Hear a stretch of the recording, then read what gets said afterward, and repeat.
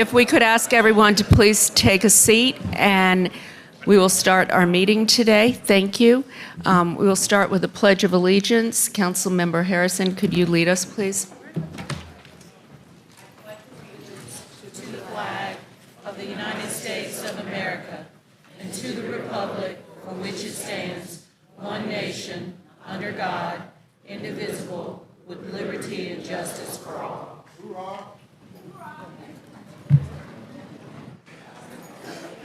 Okay, nothing has been, I'm going to ask everybody to please keep it down so we can get through our business today. Thank you. Nothing has been pulled from the consent agenda. Can I have a motion to approve? Second. All in favor? Aye. Aye. Okay. Next, we have the report and recommendation of the Planning Commission. Good afternoon. I'm Walter, Raleigh Planning and Development. I'm joined by Chair Blaney Miller from the Planning Commission. Reminder about a couple of holidays coming up between now and the next couple of meetings. Of course, this week we celebrate Independence Day and the first week of September, Labor Day. We have some public hearings already scheduled, nothing for August 20, but the Cameron Park NCOD name change, which would change it to Forest Park NCOD, is scheduled for the September 3rd evening meeting already. And then coming out of Planning Commission, we have a handful of items, 3 rezonings, and a text change and 2 text changes. There's also a rezoning with a request for extension of Planning Commission review.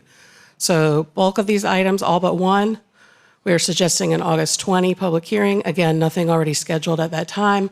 And then the text change related to the Stormwater Design Manual and associated Unified Development Ordinance changes that is being recommended for that September 3rd evening meeting, along with the Cameron Park item.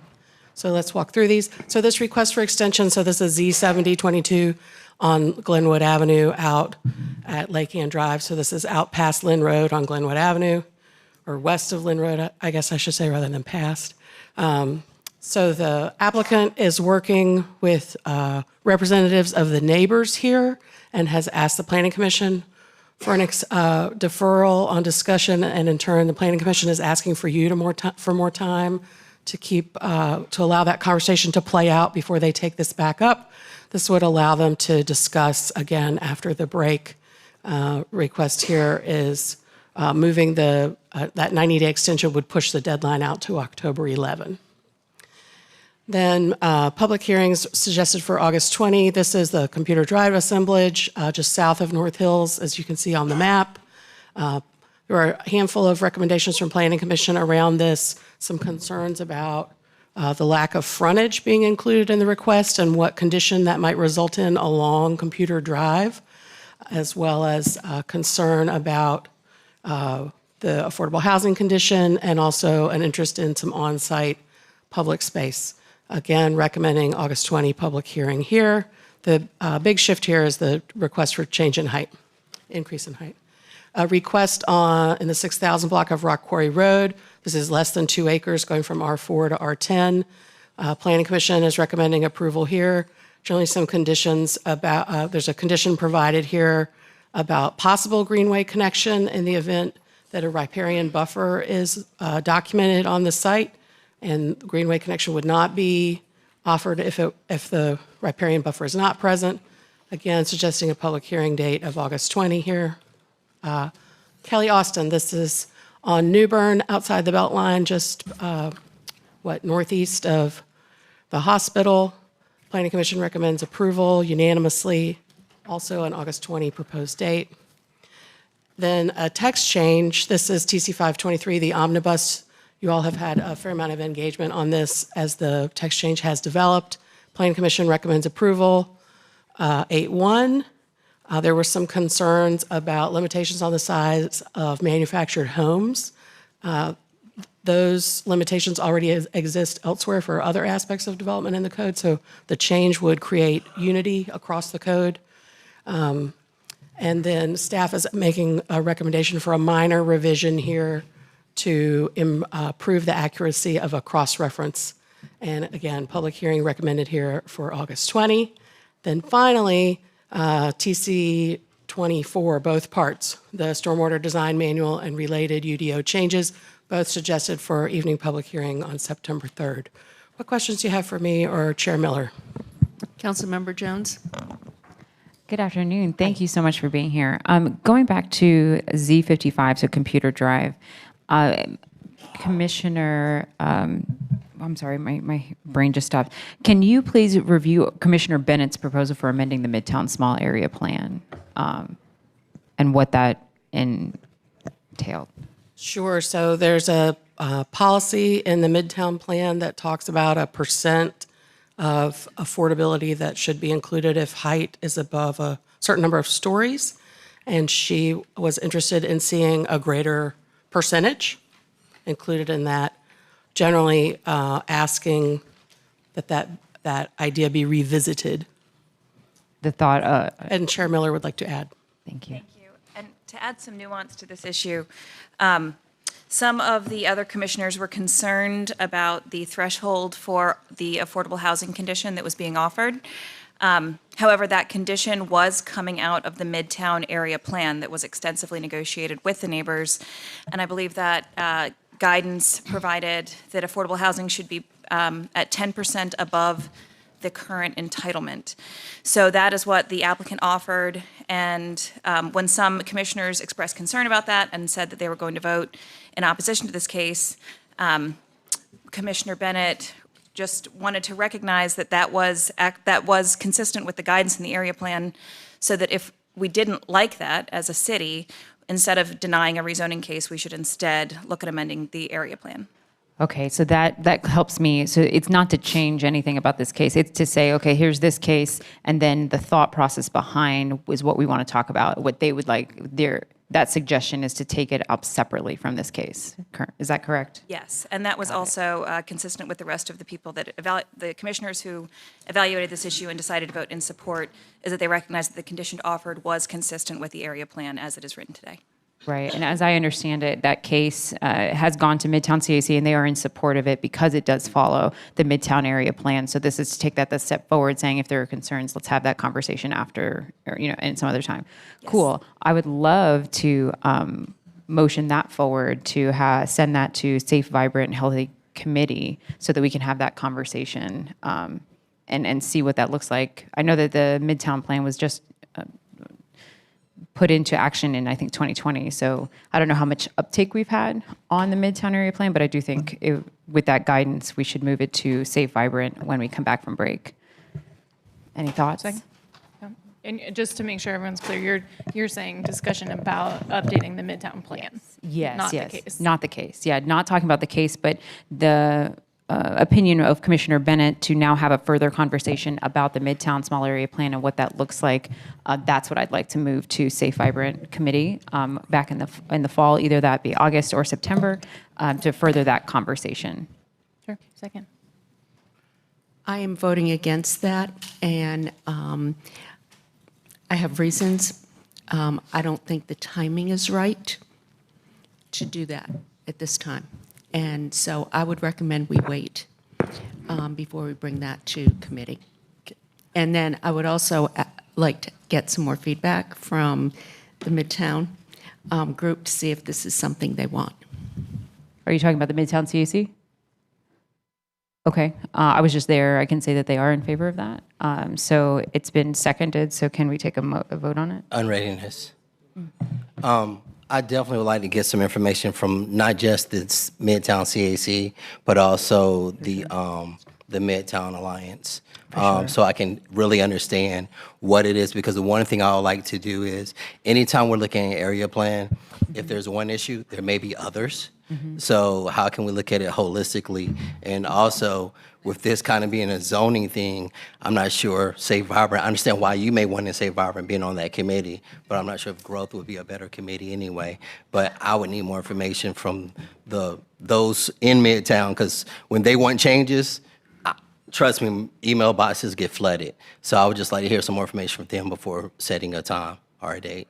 So today, I would be against it, but not saying in the future I wouldn't. So how would we get to where you would be for it, or when? Who do you? I need just to need some speak to? information So from you're those gonna two you're gonna reach out organizations. and ask for that information, Yep. and then we can circle back in the fall. Correct. I mean, I don't mind waiting. That's fine. We can always send it. So if that's yes. I was just going to add, I'm generally supportive of having a discussion in the committee just for exploratory purposes. One thing that made me pause is I know how much work went into that plan. And so if we're going to do an update, I'm just curious about the scope and staff resources and also how we would implement it, because I just know I think it took a really long time. So I think having the discussion is fine. And I do think we have some guidance. We've asked for guidance on how frequently we should be looking at area plans so that they can evolve and change. And so maybe we pull that discussion into it too. But I think having conversation committee, totally fine. What the next step may be after that may be the point we need to Yeah, I think that's the point navigate. of sending. I don't know that I'm sending it with the ulterior motive of changing anything. I just think that the discussion is important and that it should be in front of everyone so they can see what we're discussing. So if I mean, it's been motioned and seconded, so let's just take a vote, and whatever results, we can decide what to do after the fall. So I'm motioning for it to come back in August, and it's been seconded. So how do you want to proceed? What is the motion?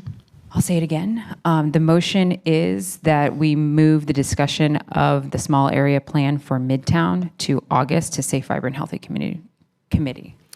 We are not having a meeting in August, so it would have to be September. Oh, that's the first time hearing that. Okay, great. So September, there it is. Second. Okay, all in favor? Opposed? Okay. Really bad timing with the legislature. I don't know what you're saying. Okay. All right, thank you. Okay. Where else are we? Could we get you're looking for a motion to approve? Yes, ma'am. I'm looking for action from you all to schedule public hearings and also to determine whether or not you would offer the Planning Commission an extension of their review for Z7022. Okay, Councilmember Patton? Yeah, thanks. Hi. Question about the one on New Bern. We've been doing a lot of action on New Bern, and can you just remind me, maybe we intentionally skipped this when we were doing the TOD, or like, kind of pull this into the thread of like, why didn't we rezone this, or when we were doing all the land use in that area, did we skip it? Yeah, it was not included in the Z9222. Okay, because It abuts. it's just farther east. It's not. Or, So the applicant is here whispering in my ear, but I agree with her. I believe we did not include this because it is on a cul-de-sac and there's some connectivity issues here. And so generally, city initiated, not an interest in bringing a change about here. got it. Okay, so this just wasn't even part of the deliberations. Got it. Okay. Okay, I'll make a motion to approve the Planning Commission request for the extension. Second. All in favor? Aye. Okay, that was unanimous. Make a motion to approve the other items for August 20 public hearing. Second. All in favor? Aye. Okay, that was unanimous. And then September 3rd, make a motion for the text change on stormwater design manual to be heard at that time. Second. All in favor? Aye. Aye. Anyone opposed? Because I didn't see everybody's hand. Okay. Thank All right, you. that was unanimous as well. Thank you. Before we continue with the agenda, we have a special guest here.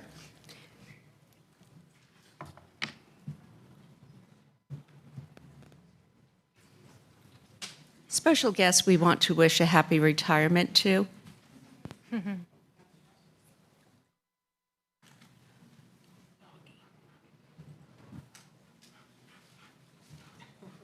Ready to work.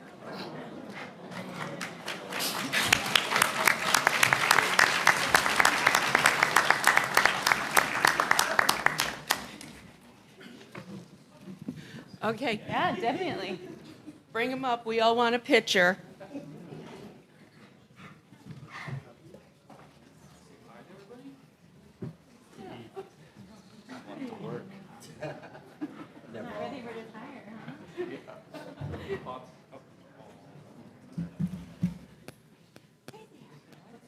Do you want to Let them know who Yep. the daughter is.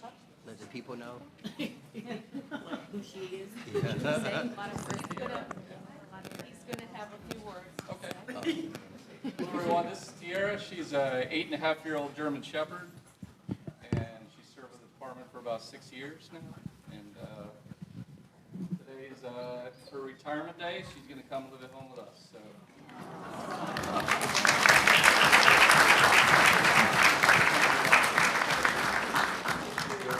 Have a good day. Bye. You ready, girl? Thanks, y'all. Thank you.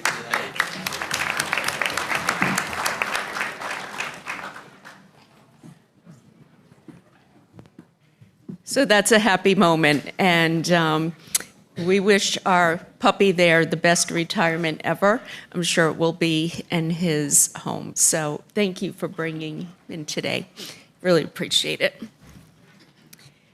Okay. That was the fun stuff.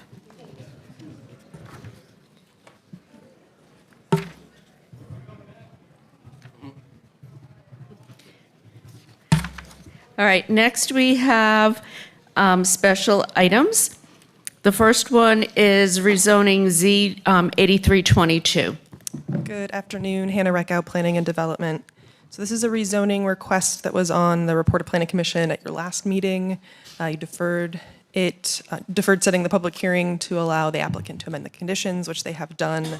And I can go over those in a moment. The suggested public hearing date for this is August 20.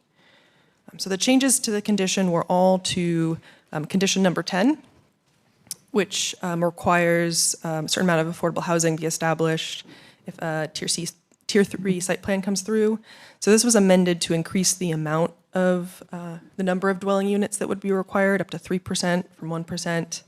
The level of affordability was also changed. It was previously no more than 60% of area median income, and now it reads 80%. And then a provision that would have allowed the owner to make a contribution to the city instead of providing those units has been removed. So the only way to fulfill that condition now is to provide the units. So those are the changes to the case. As I mentioned, the suggested hearing date is August 20th. That would make it the 5th hearing item after the 4th that you just scheduled. Happy to answer any questions. I'm prepared to motion to see this back on August 20th, set the public hearing. Second. All in favor? Aye. Aye. Okay, that was unanimous. Thank you. Bless you. Next, we have rezoning Z 9222, New Bern Station Area Planning. Yes, ma'am. So we've talked about this a lot over the past couple months. That was an understatement, but yes. Maybe some people in the room don't know that. So you've done some work already on this. The TOD has largely been applied, except for in the New Bern Edenton NCOD. Eastern Station area generally rezoned as proposed, but with an adjustment to maximum stories from 7 down to 5. Middle Station, similarly,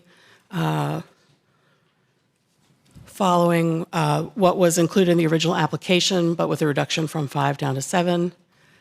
And then some modifications to the middle 2 station area, bringing out some King Charles parcels that did not have frontage directly on New Bern. And then also the Oakwood Avenue station area, which is immediately adjacent to St. Augustine's. You've also acted there. And then you've taken action on a handful of individual sites across a couple of meetings as well. So that's where we are. So Western Stations, here's what's left for your consideration today. You can see in green the areas where the where the TOD has already been applied as part of action on Z9222. And then this purple area is where it was included in the application, right? But you may not choose to, you're still deliberating how to act there, right? So that's the area in question in terms of overlay. And then what's remaining in this area that doesn't have NCOD on it is the DMV site is still, and that purchase has closed, and you can't, that is ripe for action on your part. And then there are a couple parcels that have split. They have NCOD on a portion of the property, but not the entirety. The Bojangles on the east end of the site, right there at Tarboro Street. And then there's a surface parking lot at East and New Bern on the southeast corner there that's also split. And that's something specifically you had asked about, places that were split. Looking at base and height, what's kind of remaining here is a handful of changes to DX on the very westernmost end of the site, and then some height changes. This is falling back to the Planning Commission's endorsed height scenario. You'll remember the initial application included a little bit more. Planning Commission recommended to you a lower scenario, and that's what we're showing to you today. And so that's putting generally 4 stories between New Bern and Edenton, where the BRT kind of runs on either side of that block, and then NX5 out closer to the Pool Pettigrew intersection, and then some 4 and 3 east of there. And then just a reminder about where the NCOD is in relationship to those outstanding height questions for you. The historic overlay that's present here is Oakwood. It's on the west end. No additional overlay beyond the existing historic overlay is proposed. This is just a base district change. The thinking here is that this would allow a wider range of use, which would more likely result in adaptive use of historic structures. And then look back at that height question again. We did this color coding for you to help you see where height was proposed. So 3 stories shown in yellow, orange is 4, and then the 5 stories in blue. And then you had asked a question about residential versus non-residential use in the, not zoning, but like what's actually happening on the ground in the world today. And so the yellow is residential, and then there's a peachy putty color, which I'm dismayed is not projecting better for you today. I hope it looks great on that screen at least. That shows you where non-residential activity is recorded in the county tax data, which is really the best data set we have to project that, map that information. Great, good, love that. And then I wanted to just remind you, there are a couple places in the corridor where there's an existing zoning frontage applied. The green frontage limits building type, so you can have townhouse, apartment, mixed use. The build to minimum maximum, you have to be at least 20 feet back from the right of way, but no more than 50 feet. And there's a landscaping requirement there. The detached frontage allows detached and attached townhouse apartment, but no mixed use building. Maximum building height, it limits building height, and it requires a residential streetscape. And so here's where those frontages are mapped today. And one of the I think questions in front of you, if you applied the overlay and the zone, like the whole zoning package as included in the application, it would remove these frontages, and the default frontage of the overlay would take effect, right? If you leave these in place and put the overlay on, these will still control. If you don't want to put the overlay on, but you think that this is not the right way for buildings to meet the street in the BRT area, you have the option that you could remove these frontages. So there's a couple different ways you can take different paths there, depending on your concern about how development relates to the corridor. And then zoom in on that Oakwood area just to help you see what's there. You've had particular inquiry, I believe, from property owner with this parcel in mind. Here's what's, so that's what's, this is what is existing. This is a residentially zoned parcel.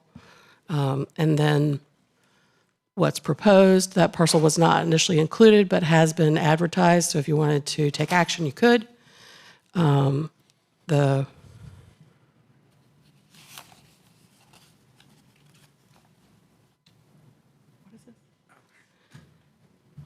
We're recommending a modification here based on a parcel that would have been split zoned because it's partially in the overlay and partially not.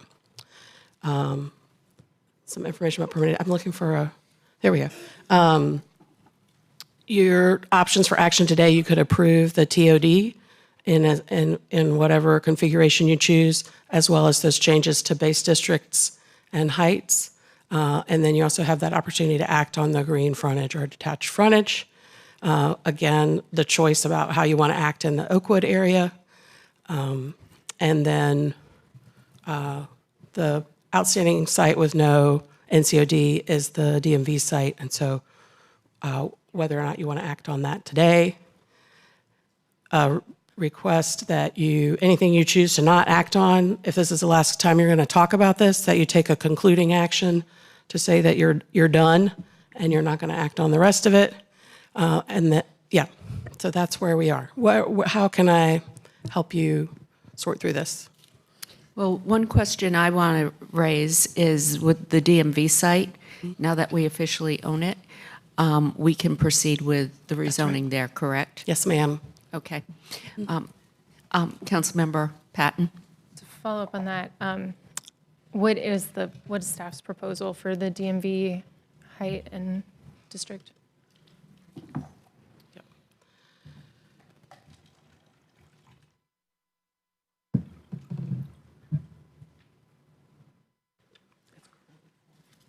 So it's currently OX4 with an urban limited frontage, and so the proposal there is to apply the overlay and increase the height, allowed height to 5 stories. Staying OX? Yes, base district, no change. Yeah, that would allow wide range of commercial use as well as residential. Cool. Got it. You want me to go? Okay. So, well, I know the DMV site has been a topic of great interest. We've been waiting with bated breath to action it. So I think we should do that first. Separate from that, even within this segment, it does still seem like the questions called are a smidge different across what we're presented with. So after we action the DMV, I would suggest that we do the Oakwood section, which is just changing the base district and deliberating on that one parcel. Then this group down by Richard B. Harrison Library, where we're just deliberating on the heights and a few individual recommendations. And then that section in the middle where there's conflict between the NCOD and the TOD, I think has several questions you need us to answer. So I would propose we kind of take that as a chunk and like sort of a third phase. So if everyone's cool with that kind of a flow, that work? Could we act on the DMV first? Mm-hmm. Yeah. So you got it pulled up, Corey? I got it. Okay. So for the DMV site for OX5, I move to adopt the proposed, along with the TOD, I move to adopt the proposed consistency statement dated July 2nd, 2024, containing the agenda materials, and to approve the zoning amendment with the adoption and effective dates described in the agenda items under recommended action. Second. Favor? Aye. Anyone opposed? Okay, that was unanimous. Thank you. Sweet. DMV, check. All right. So then the Oakwood parcel. A big check. Big Yeah. check. So then the parcels in Oakwood are changing from OX or NX to DX, and that one additional parcel requests to be added. And you all would like to remove the one parcel. And I think all of those are fine unless there's other conversation. Is that a motion? You want to make the motion? That's the motion. Do I need to do the fancy language now or wait till we do it all? We'll just do it. Okay. I move to adopt the proposed consistency statement dated July 2nd, 2024, contained in the agenda materials, and to approve the zoning amendment with the adoption and effective dates described in the agenda item under recommended action. Do we have a second? Okay, all in favor? Aye. Anyone opposed? Okay, that was unanimous. Thank you. Number 6. Okay, or no, sorry, not 6. Sorry, 3. Okay, so then moving down to the Richard B. Harrison end of the corridor.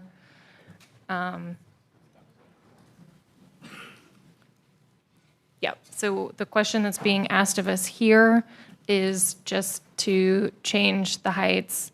In almost every scenario, they're just increasing by 1. So where there was RX3, there's RX4 suggested. Where there was NX3, there's now NX4 suggested. And then there's 2 individual parcel requests in that section, Tarboro on Eastward.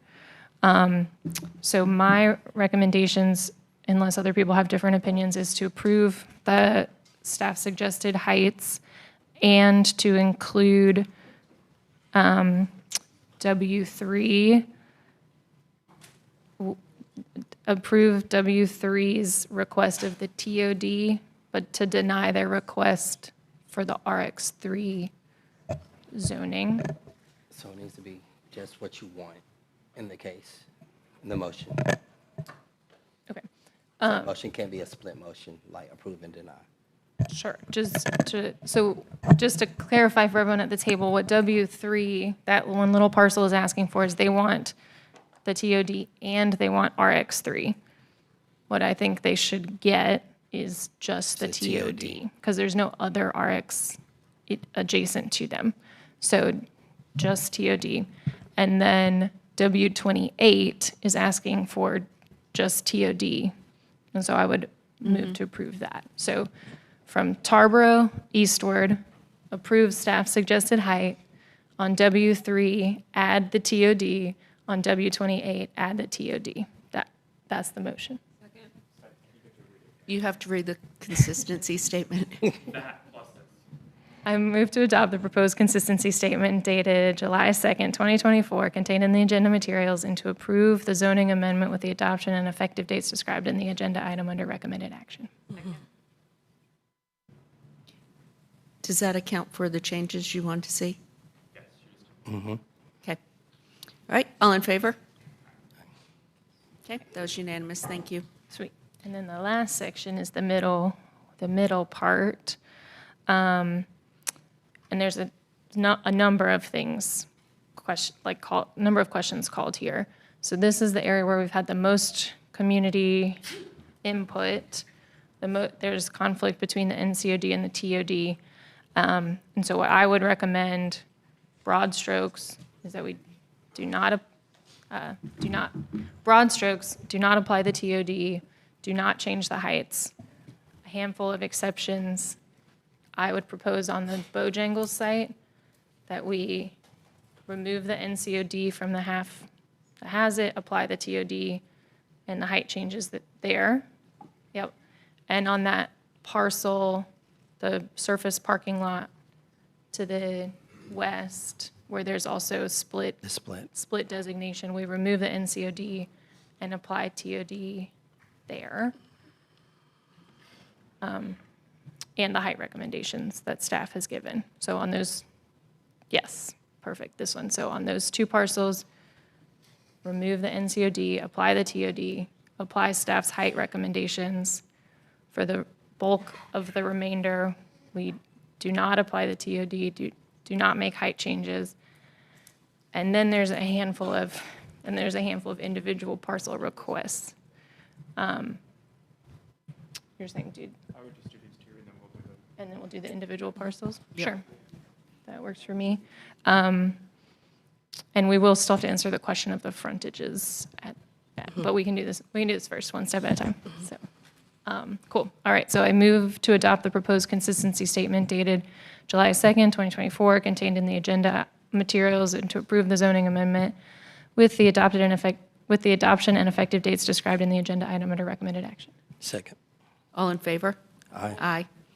Okay, that was unanimous. Thank you. Can I just confirm, that's remove the NCOD, apply the TOD, and adopt these districts as recommended? On the On those On the parcels. Bojangles and the Surface Yeah, Park the lot, two circles, remove and apply TOD. Thank you. Yes. Okay. So then we have to answer for the we still have to answer for the frontages, and we have to answer for the individual parcels. Right. So answering for the individual parcels requests, we have, I think they have somewhat have become irrelevant based on our other actions. So W17 is not labeled on there. There might still be people in overflow.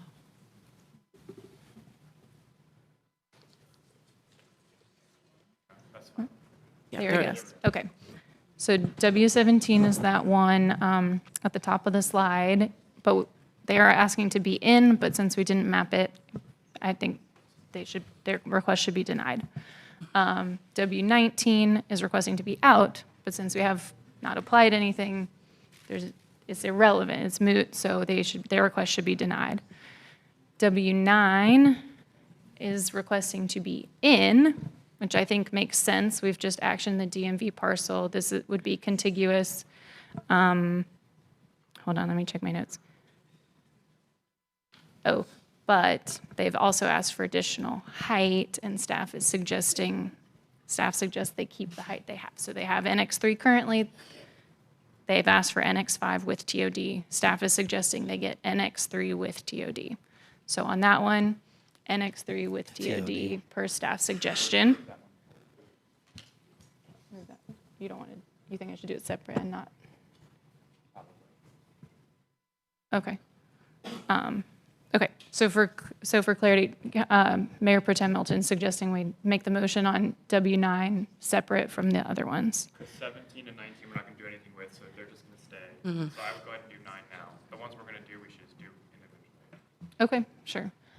Okay, so on W9, the motion will be for NX3 with TOD. Okay, so move Could to. you read the consistency? Yeah. I statement? just want to make sure everyone knew that it was. A move to adopt the proposed consistency statement dated July 2nd, 2024, contained in the agenda materials, and to approve the zoning amendment with the adoption and effective dates described in the agenda item under recommended action. Second. All in favor? Aye. Okay, that was unanimous. Thank you. And then the last individual parcel, so W17 is a deny, W19 is a deny, W18 is a set of parcels there to the south, and they have a mix of South Park, sorry, it's not, you sent me an email, it's not an overlay district.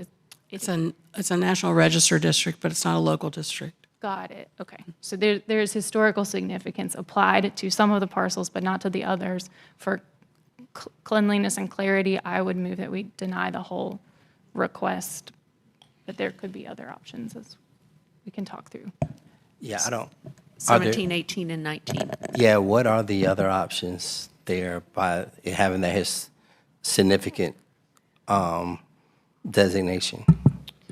So it has a National Register district, which really has no regulatory Right. ramification locally. Really only comes into play if they're pursuing federal money for a project. That's what I figured. The parcels now are, I think there are 2 that are vacant, and then there are single-family houses on the remainder. They're under common control. They're between Kirkman Lane and Camden Street, just south of, or rather north of Hargett Street.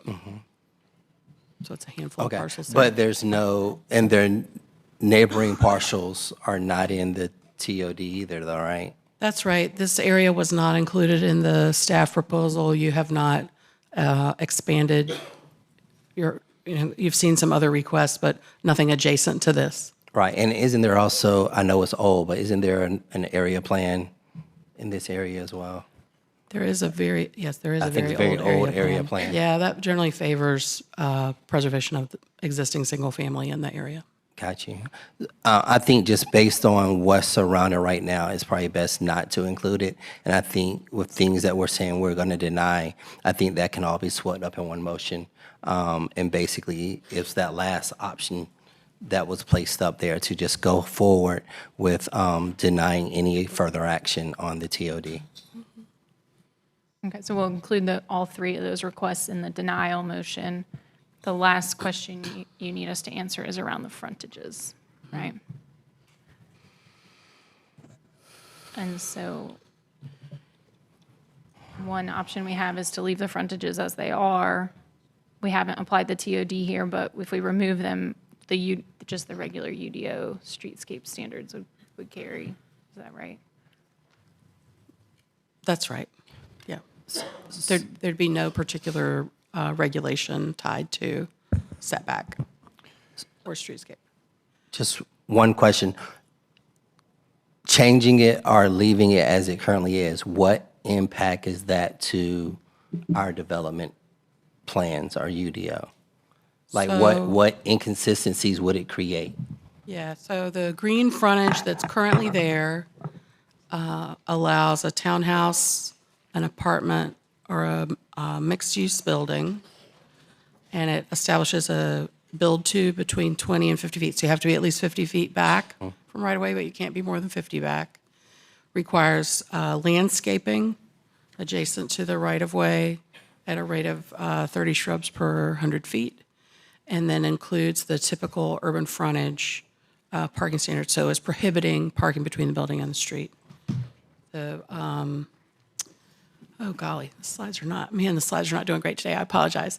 The building types in the detached frontage, detached and attached, and townhouse and apartment are all allowed, but generally prohibits the mixed-use building, so you're not going to see commercial necessarily on the ground floor unless you're on a corner of two public streets. Limits building height to 3 stories and 50 feet and requires a residential streetscape, which is, I would say, out of step with the BRT street type that's mapped here and the expectation about sort of more urban walkable frontage. So having the green frontage more aligns with the BRT and the idea of wanting that ground level activity. Yes, I think the green frontage is in less conflict in terms of, I would say there's definitely More conflict with options. detached, more options with the green frontage. Okay. So I will be inclined to keep to go with the green frontage with the ability to have options that are supportive to BRT along that corridor. Would you like to remove detached and leave that with just the regular UDO and leave green where it is? Or are you suggesting extending green? Leave green where it is. Just leave green where it Yeah. is and remove detached from where detached is? Yep. Okay. I have a question about that. If we remove the detached frontage and don't apply the green in the area that previously had detached, what impact is that going to have? One thing I like about the green is it prohibits parking between the street and the building, which I think is critical for bus rapid transit, and I don't want to do anything that's going to allow them to build parking in between the route and the buildings. Right, I think without applying something, you're in a situation where That could happen. that could happen. I think two things. This is the section that we've had the most heartburn about, and it's also the section that is most densely populated with existing residential, and in my opinion, not an area that is going to change anytime soon. And maybe it shouldn't either. And I think we've done enough being very prescriptive on the vacant parcels and the drive-throughs and the surface parking lots, which is really where the development is going to go right now. And so I would be fine leaving this section totally untouched, but if we did anything, I could support removing the detached frontage and extending the green frontage across, because that way it's similar, but it's at least not going to allow parking to happen between the BRT route and the buildings. And so my preference would be either leave it or take detached off and extend green the whole way. I think that makes sense. Okay. So let's do. So basically, we're leaving it alone. I would be fine taking detached frontage off and extending the green frontage into what used to be detached. What used to be detached. And that way it's all consistent, but it doesn't substantially change the corridor, which I think is what Wait, we've wait. heard folks would like. Yes. Staff has something. you So wanna my add. concern is that we did not advertise that. I don't feel like that is I'm sorry to say, I don't think that's an option available to I you. think we should leave it all alone and leave it the way it is. All alone. Leave it all. Yeah, okay, so everything else is a denial. We can fold that. Okay, A denial of any change, denial of the, of the remainder. it's just folded into the denial. Yeah, Yeah. okay. So if not otherwise approved, we're just going to deny the remainder. Okay, do we have a motion? There may be an assist happening at the Wait, so wait a podium. minute. It feels like you're moving towards your like final cleanup motion, and I just wanted to ask about, let me find the right slide. I'm sorry.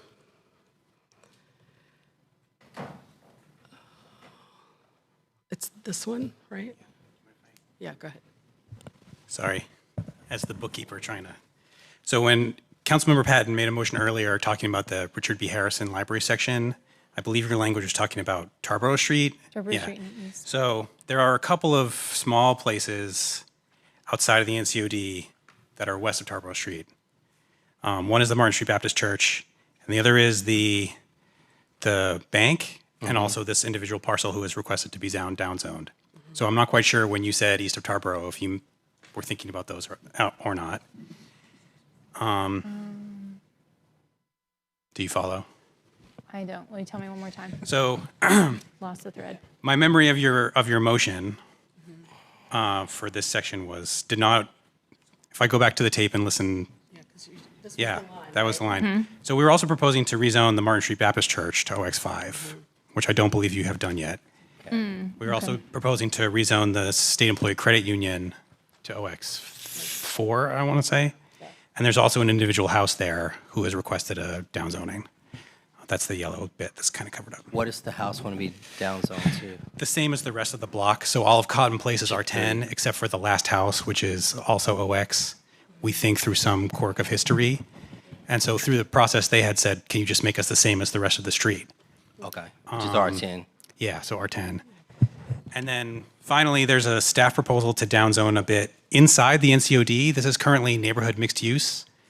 It's a pre-UDO zoning district that lets you build commercial. The city purchased those lots and developed them as single-family homes. So this was a sort of an alignment of the zoning to what's there and what we expect to be there. Again, you don't have to do it, but just clarifying that Yeah. before you deny that would also deny here, here, and here. I have a question. Councilmember Branson, I'm gonna ask you, have you heard from folks at Martin Street about? I have not heard from them, but I do know that they wanted to be involved in any conversation that included the DMV site. Yeah, so, We I'm had sorry. we had a lot of conversation with them during the development of the station area plan as well as the rezoning proposal. We actually held our neighborhood meetings for the rezoning at Martin Street Church. And I believe this is what they want. They are interested in an upzoning as a result of this process. Because I haven't heard from them directly about that. Yeah, yeah. Well, I do know they want to be part of the whole conversation. They want to look at options with their property, not the church building itself, but the parking lot. That's right. And possibly doing some type of housing, along with working with us with the DMV site. Just want to clarify. Yeah. Okay, so, yeah, so Yeah. I'm good with all of those. Thanks for cleaning that up. Sorry, I missed it. But We waited. So what is the consensus? Yeah, Let's that- talk into the microphone so people can hear. So go back to one of the slides. I think when we did W18, didn't we? Okay, W9. So what's W9? W9, you applied the TOD only. The base district would remain in place. I believe that's NX3 existing. Okay, but that didn't change. But W9 is the church, or is it? Because I see W9 is on NX3. the west side of State Street there, Got you. and it is not controlled by the church, to my knowledge. Got you. I understand now. I would be fine accepting the staff recommendations for these specific parcels. it is 3. Yeah? Everyone good? Read the whole. Yeah, good? Okay, so we're moving to adopt those 3 proposals. three proposals. I move to adopt the proposed consistency statement dated July 2nd, 2024, contained in the agenda materials, and to approve the zoning amendment with the adoption and effective dates described in the agenda item under recommended action. Second. Bonham, were you waving about something? You said three, but there's Martin Street, this one, and then there's actually two separate parcels here. So there's the Yeah, credit it's union four. and then a privately owned parcel. Did you mean? So 4. Okay, great. Thanks. Second. All in favor? Aye. Aye. Anyone right. opposed? Okay, that's unanimous as well. All right. And then you need us to deny the rest. Is it it's all ready? You want me? I can do it. Get the Yeah. Are there any outstanding? Okay, we got it all cleaned up. For all other items that were recommended and not acted upon, I move for denial. And I move to adopt the proposed consistency statement dated July 2nd, 2024, contained in agenda materials, and to deny the zoning amendment. Second. All in favor? Aye. Aye. Okay, that was unanimous. Thank you. Thank you. Thanks so Mayor much. Pro Tem? Just want to say two things. One, staff, thank you so much for bringing us something that was very complicated and at times contentious and allowing us to take it piece by piece. But then I also want to give a big thank you to Councilmember Patton. She put so much work into finding places where sometimes it's easy to hear just areas of disagreement, but what you're missing in those conversations is areas where there's a lot of agreement. And so the way you prioritize, let's go to the areas where everyone is on the same page and then siphon through the areas that would be more difficult. I don't know how we would have gotten this done if you hadn't spent all that time and attention to it. So thank you very much. Ditto. Yeah. I too want to thank Councilor Patton for your work, and also I want to thank the community and all the residents and all the meetings that we had for this zoning case. It's the reason why it's Z9222, because that's when it started in 2022. And we see how long it's taken us to be very deliberate. So I just want to thank, again, Councilor Patton, thank all the council members for the work as we work to implement the first BRT in the state of North Carolina. Yeah. Density is key, and the federal government is very excited about what we have done and how we're moving forward. So I think we will continue to see support for our BRT programs in the city. And one thing I want to compliment staff on too, is, and I think we really need to do this more often, going out to the site and seeing it really helps. So you're not just talking about a map, you're seeing what you're talking about. And I think that made a huge difference too. But I do want to thank everybody, the community, Councilmember Patton, but the staff, council members. It was amazing work. So thank you.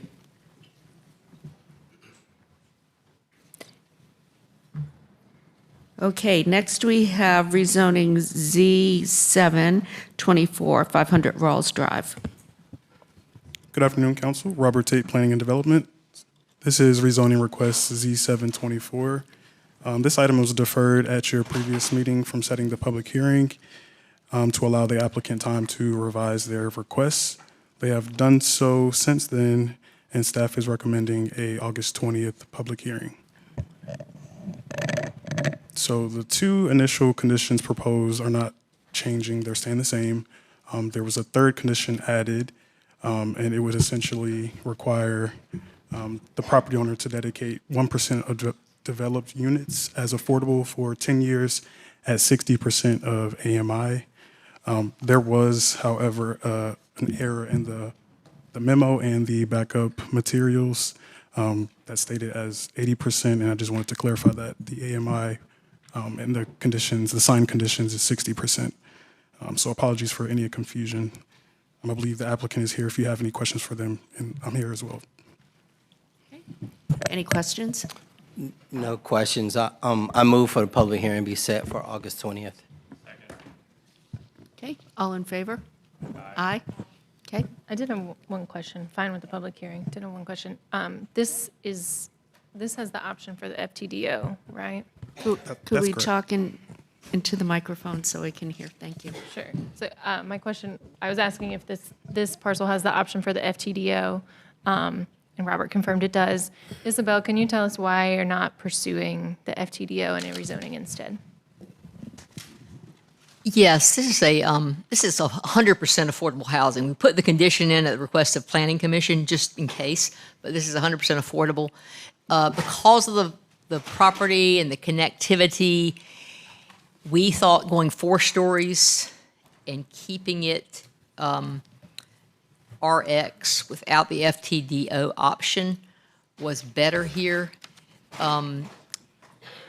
FTDO requires sort of a frontage treatment, and we have to put a public street through this process, which we're going to do a multifamily public street.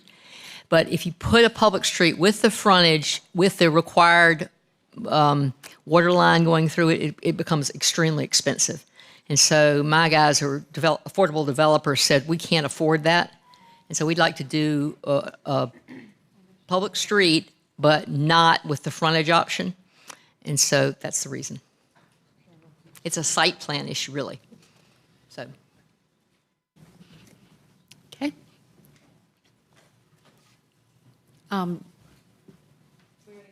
Yes, so we said it, we got the vote, you're set. Okay, thank you. All right, next we have appropriation from council contingency. Good afternoon, Mayor and Council. Nick Sadler with Budget and Management Services. I am bringing back the 2 council contingency items that were requested at the June 20th City Council meeting. If you remember, back at the first meeting in June, 2 items were requested. We were able to fund approximately half of both of those requests. This is bringing back the balance of the Activate Good requests. We're bringing back $6,487 for Activate Good and $2,487 for Comedic Cultural Science and Systems of Unity. This would be the first request from the FY25 council contingency. So if approved today, it would leave $141,026 as a balance in the council contingency fund. Happy to answer any questions you have, but we're awaiting your decision, and we will disperse those funds if you request. Okay, motion to approve. Second. All in favor? Aye. Anyone opposed? Okay, that was unanimous, thank you. Thank you. Next, we have a presentation on the separation allowance actuarial study. Say that fast, right? So good afternoon, Mayor and Council. Allison Bradshaw here with the Finance Department. I do have an update on the progress and the plans for the separation allowance requested as a part of the FY25 budget deliberations. Council, you funded this study at the June 18th meeting. So here is the agenda where I will cover the scope and the timeline. So the scope essentially is to have an independent study of the long-term liability associated with really 2 different sets of departments. The first is Raleigh Fire and Emergency Communications, and the second piece would be the operating departments, which essentially is Raleigh Water, Solid Waste Services, Engineering Services, Transportation Services, Parks, Recreation, and Cultural Resources. The criteria that we would apply would be to use the existing ledgers requirements for full retirement, which is any age with 30 years of credible service or age 60 with 25 years of credible service.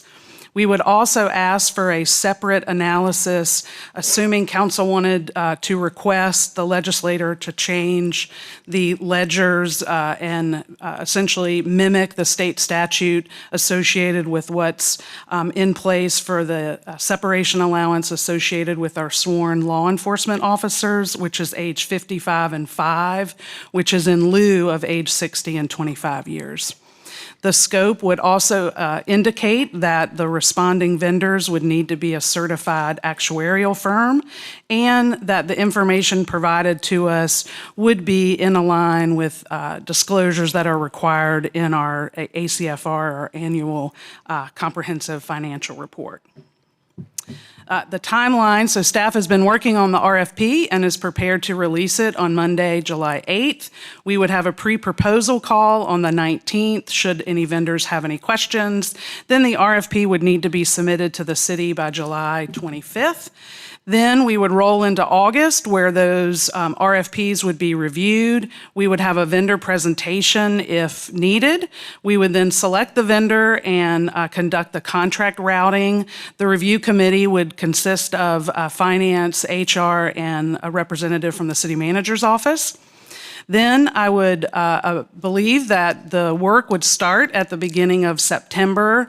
I believe it would take about 2 to 3 months. Of course, this is all dependent on what the vendor information comes back to us. And so that would really take us into the fall of this year. And with that, Mayor, I'm happy to answer any questions that you or other council members may have as I turn it back to you. Hey, any questions? Councilmember Patton, then Jones. Hi. Can you just say again, you said something and I didn't quite catch it about the legislature updating the Elders report? Yes. Something? So for our sworn law enforcement, as a part of the state statute, they have a full retirement benefit at age 55 and 5, but that is set by the General Assembly. So what we are suggesting here is that we actually get 2 runs of the number, one under what I would call our normal kind of ledger's full pension retirement, which is any age with 30 years of credible service, or age 60 with 25 years. Got it. So they would present sort of an option A and option Correct. B. Correct. Okay, understood. All right, I might have a couple other questions, but I'll pass the mic for now. Councilmember Jones. Thank you so much. I have a few questions, but I'd like to start for the actuary study. We're paying. Where's that money coming from? I know we actioned it in June. Is it coming from last year's budget? Where is that coming from? It was budgeted last year, yes, in '24. In '24. So it's not reserves. It's funding out of. It's not contingency. Where did it come from? I may have to look back for a little help from Sadia Satar in the Budget and Management Services. I don't know exactly the line item that it came from. So good afternoon, Sadia Satar from Budget and Management Services. So as you may recall, we've been talking about this for a while, and just so that we were prepared, because we knew that we were going to bring this item forward to you all, we made some adjustments in some budgets. And that is something that we are administratively allowed to do under the city manager's purview. So we were able to set some funding aside as part of this year-end close so that we could pay for this actuarial study from $24 instead of new $25. Got it. Yes. Okay. Okay. So that's all coming from last year. Correct. And awesome. It's just that at the end of that, it got a little bit confusing just because I know that that budget note had been put in October, and then we were trying to find funding because we didn't ask you to do the actuary study back in October. I didn't realize that we couldn't, or else I would have asked for then. But so I'm sorry that there's confusion. I just want to know where that money was coming from. Appreciate that.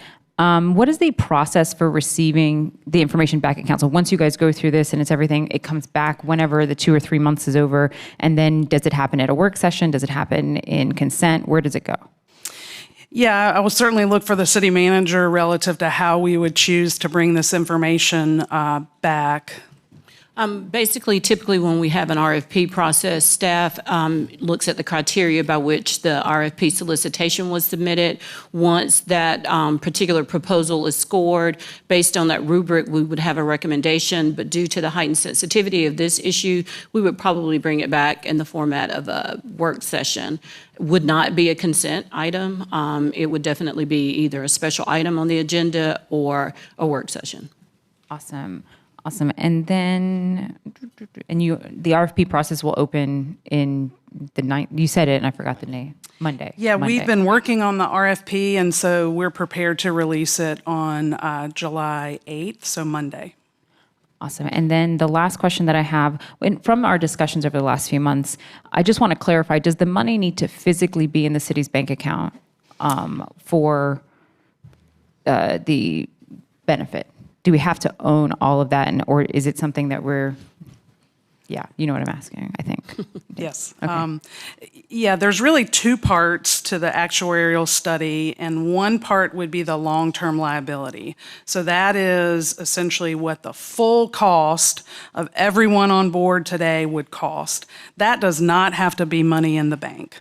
What has to be in the bank is essentially what we would be required to pay out in retirement or separation allowance for that first year. Okay, so not everything for eternity needs to be in the bank, but just That's correct. That next year needs to Correct. be available in case. Okay. And then part of the budget process is we are then slowly setting aside not only what's required in cash payments, right? We would, of course, need to have that piece in the bank, but then we are setting aside to begin to try our best to lower that liability, realizing that you have people coming on and people coming off on a regular basis. So that number never stays static.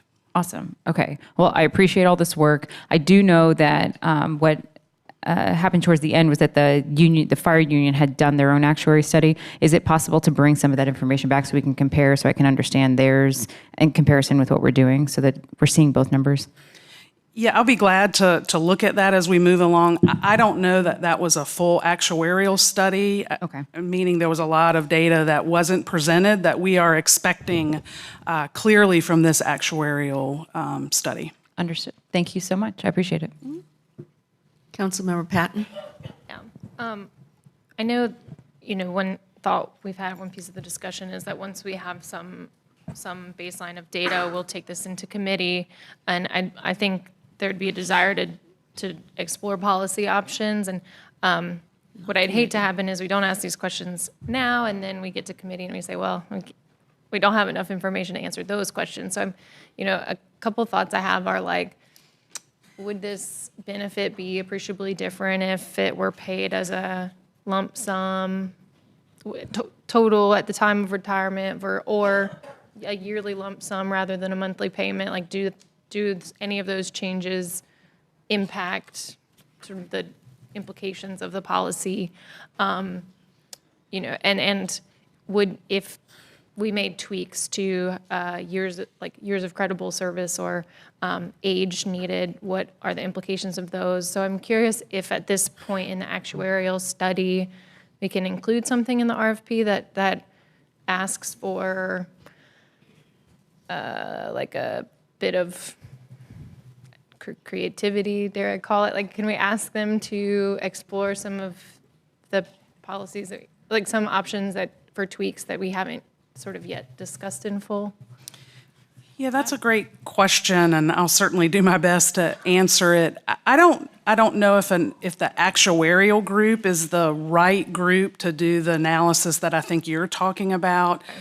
They really get a stringent set of criteria, and they do a calculation that says this is how much it's going to cost. I think we'd have to work very closely with the HR department here to want to begin to size or think about another benefit. My gut tells me whether you pay it monthly or on an annual basis, that's probably not going to change the dynamic. When you do start changing any of the payout, then without a change at the legislator to the ledgers, then you've got somebody who may not be able to retire with a full benefit, and then they're getting this piece. So I don't know if I'm making that connection, but I do believe those have to stay in sync, which is in part why we are requesting those two different scenarios. But really, I just don't know that an actuarial firm is the right firm to ask for, I'll just kind of say, different HR benefits associated with the separation. That's correct. That's the best answer. That would be an internal decision either between HR and finance. Obviously, we would bring back a recommendation to you guys, and let's just clarify, it's not a committee. It won't go benefits, pay, things like that do not go into committee. It would be a work session, not a committee. But that would be part of the overall public safety collaborative, and it can also be a part of the employee experience group, which looks at all of our total compensation to include our full array of benefits. So there'll be multiple options for engagement throughout the process.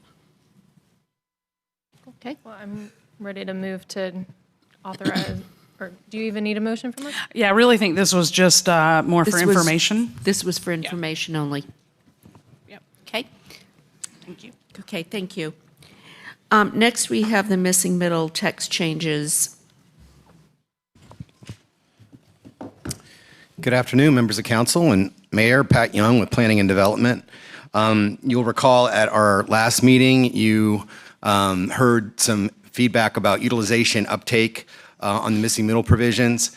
We've been very successful and had over 2,800 units in the approval process for missing middle. But you had asked us to bring back some ideas for potential tweaks or refinements. And based on some of the limitations we have, given legal concerns, we suggested 2 broad areas. And today I'm going to briefly go over those 2 broad areas and take any feedback you all have. So the first was tree preservation and planning reform. There was broad support from council to look at using these missing middle provisions to incentivize the use of more trees on site, both retention and planting. So there were 4 options that we're bringing you today for your consideration. The first is to apply tree conservation area, which is what TCA stands for, to acre sites less than 2 acres. Currently, they only apply to sites 2 acres and above. So one of the alternatives here is to take it down to 1 acre, and for sites between 1 and 2 acres, developers could either save or plant any amount of trees to get to a 10% TCA. A second idea, and again, these could be done together or independently, is to, for 2+ acre sites where the TCA already applies, there is a 10% requirement. We would recommend that you consider increasing that to 15% and that the difference could be planted. So you'd have to, if you had 10% of trees, you'd have to save those just like you do now. But in order to get to that 15, you could plant additional trees. 3 and 4 are really related to creating more site flexibility so that we retain uptake of missing middle types. So the amenity area is already required for many missing middle types, and that's for things like plazas, fields, and usable open space. And allowing that area to be reduced and more trees planted would offset the impact of this and allow missing middle types to continue to be developed. And then open space is already required, of course, for compact and conservation subdivisions. Currently, the TCA does not count towards open space requirement, and what we suggest here is that it would count more significantly for open space. So those are 4 options that we think could incentivize and encourage tree preservation and planting. What I would emphasize here is that would only apply to the missing middle types you see on the screen here. The conventional types like townhouse development in R6 and small apartments in R10 we do not currently require TCA, so we would not want to apply that since we don't have any authority to do so. And we would also further recommend that this be applied to larger developments of missing middle, those that are 12 units or more. That's the standard we use for our affordable housing incentive currently. And that's been received well. Moving on to infill regulations and frequent transit development options. The current ordinance requires in residential settings in the R districts, most of the R districts, that there be compatibility standards. And I'll go over those in a little bit of detail here going forward. But the idea here is to apply infill standards to the frequent transit development option, which currently does not apply. When missing middle was created, those were exempted from these provisions to encourage uptake. And that has been successful, but it's created some concern and perception about compatibility of that development. So what we're bringing you today are some refinements to the infill standards to apply to those frequent transit development option or FTDO sites. So as I said, residential infill would apply in all of these situations that are shown on the screen. We're not recommending any changes to that. So again, where a single family house would have an infill standard, the FTDO project would have an infill standard. What are included in infill standards? There's a few key things. The first is a primary street setback that basically looks at streets along the same block face as the proposed development and has the setback is set by the average of where those homes are set back. So that creates more compatibility from a design perspective. Height There's also a context-specific height, overall and sidewall. We'll get into that in a moment. That is set by the context of the existing development. Articulation, that means that there's a requirement of things like doors and windows, not just a plain undifferentiated piece of siding or other building material. And that's an area that we'll talk a little bit more about too in terms of how we recommend that be treated going forward. Currently, all the FTDO development is exempted from these. And fourth is driveway and parking setbacks. We recommend no change here. Residential infill requires parking spaces and driveways to be located a minimum 2.5 feet from the side and rear lines. So here is an overview of what we would recommend that you consider. The applicability, the overall height, and we would recommend no change, and that the driveway and parking setbacks would recommend no change. I'll go over in a little bit of detail the areas where we are recommending some change. The first of those is primary street setback. As I said at the outset, the goal here is to have these missing middle FTDO types fit in more compatibly with the existing neighborhood. These are the current standards that provide essentially a window where the primary street setback could be set. And it gives a little bit of flexibility for design considerations such as topography or natural features on a site. So here's an example this is a real example from East Raleigh that shows the 15% range based on your lot width, so that you have a little bit more flexibility if you have more lot width. What we would propose is modified or adjusted standards, slightly higher variability to allow for the complexities, costs, and challenges of some of the missing middle types. So it's very similar to what's in place now, but it would just allow a slightly greater range, again, to accommodate for the fact that these projects can be more challenging to fit onto a site. Sidewall height is an existing regulation that says that the maximum wall plane, and I have a visual of this coming up soon, adjacent to the side property is 25 feet or the average height of the two abutting neighboring wall planes, whichever is greater. So that's what that looks like here. This is an example of how they're currently applied. You can get additional wall plane height for each foot of horizontal distance you set it back. So that rather than having flat roofs, you end up having peaked or gable roofs. So the proposal is to keep that largely in place, but to allow for a 30-foot maximum side plane. We looked closely at the type of development that had been approved, and that 25-foot standard would make it very, very challenging for many, many missing middle opportunities. We tried to have the minimum amount of change from the existing infill standards, but we did feel like this 30 feet was probably necessary. Here's a 24-foot sidewall height. This is an existing example. And then there's a photo illustration of what 30 would look like. So that additional 6 feet doesn't sound like much, but it would accommodate things like 3-story apartments or townhouses. So articulation, we are recommending that the exemption in place for articulation be retained. And I wanted to spend just a minute talking about that. The existing infill rules require articulation for sidewalls or additions that are 22 feet or taller and located within 15 feet of the side lot line. No wall may extend for more than 50 feet without a projection or recession, so a window or a door or some other architectural variation. Apartments and townhouses, especially where they're not fronting the primary street, they typically have a flat plane adjacent to the side lot, and doing articulation on those narrow units can be very, very challenging, costly, and prohibitive, and we think that applying that would significantly reduce and in many cases eliminate the uptake. So we're recommending that exemption be retained. With that, I'll be happy to take any questions or any feedback you all have. Thanks. Councilmember Branch. Definitely, thank you for the information.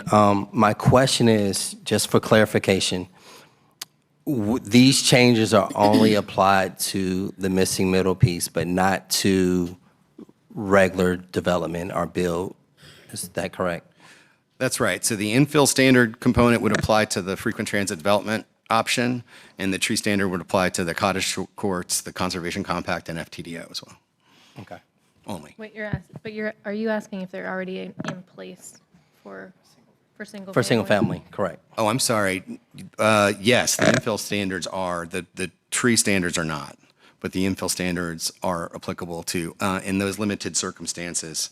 And I'll try to get back to the slide that shows all of the criteria under which these are the criteria under which residential infill applies. Okay. And that is to single-family, duplexes, or all development types, except for FTDO. Pat, I have a question relating to the tree ordinance. I think it was several months ago now where Councilmember Harrison, Mayor Pro Tem, and I, and you met with the home builders. First off, we talked ideas at that time. Has there been any follow-up meeting with the HBA? There hasn't been as of yet, Mayor. There was difficulty scheduling the group, but we stand ready to engage them.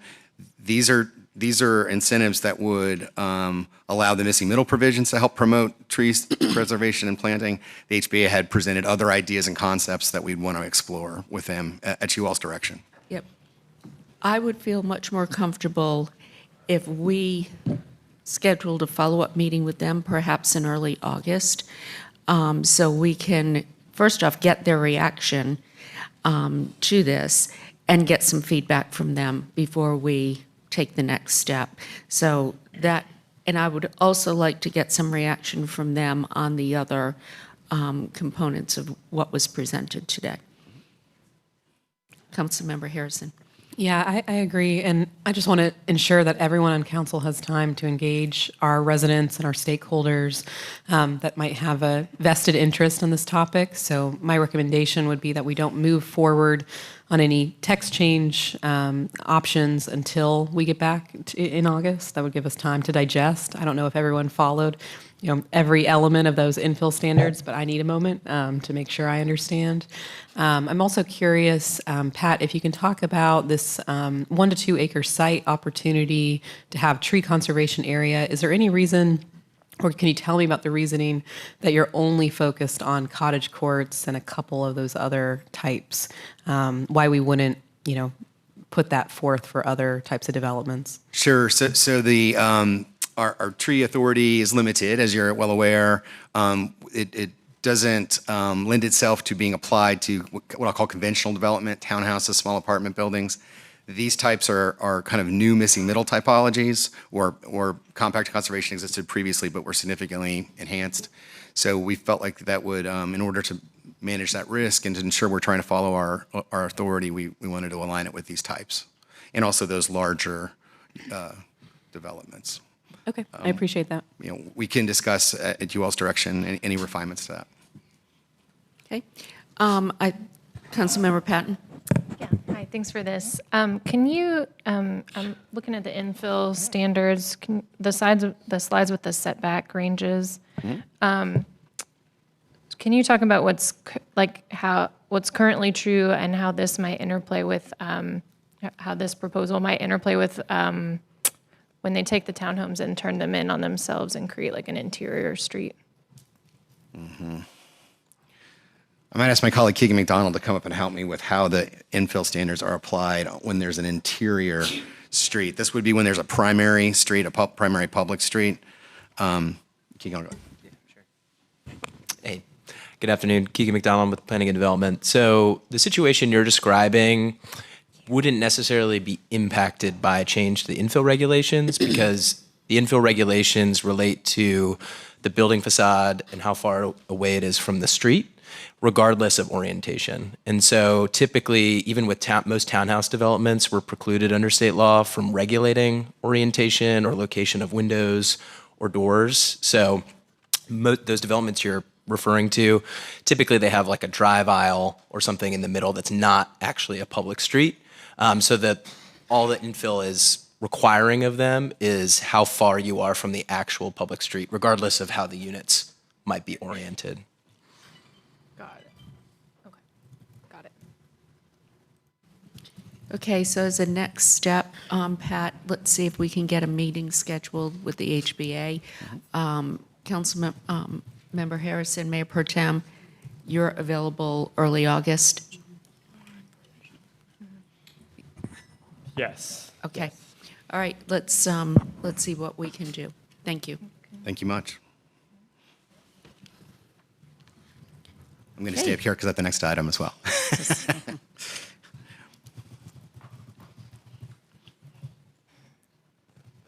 Okay. Great.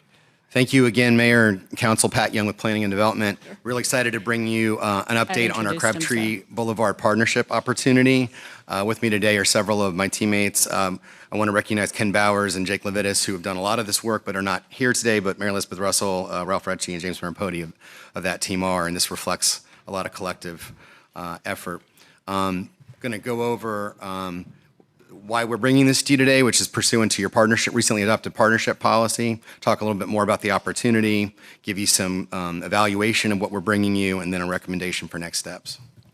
So you all recall that in May of this year, you passed a new partnership policy that asked us to consider opportunities to partner with private, nonprofit, and other community partners to see if there are ways to have mutually advantageous partnerships that would result in a fair allocation of cost, risk, and value to the city and the private partner, but that would have significant benefit to our residents.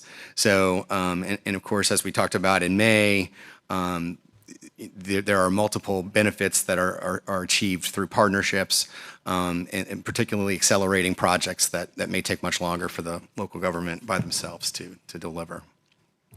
So that the process you approved in May contemplated this 6-step process. We are at step 4 today, which is where we had previously brought you some initial terms. We had an engagement with the Parks and Recreation Advisory Board, which we'll talk about in a moment, very successful. And then today is a presentation. So this is really just informational, and for any feedback, we would go through a legal process and then come back to you for approval before entering into an agreement. So the opportunity at hand is on Crabtree Boulevard, between Capitol Boulevard and Raleigh Boulevard.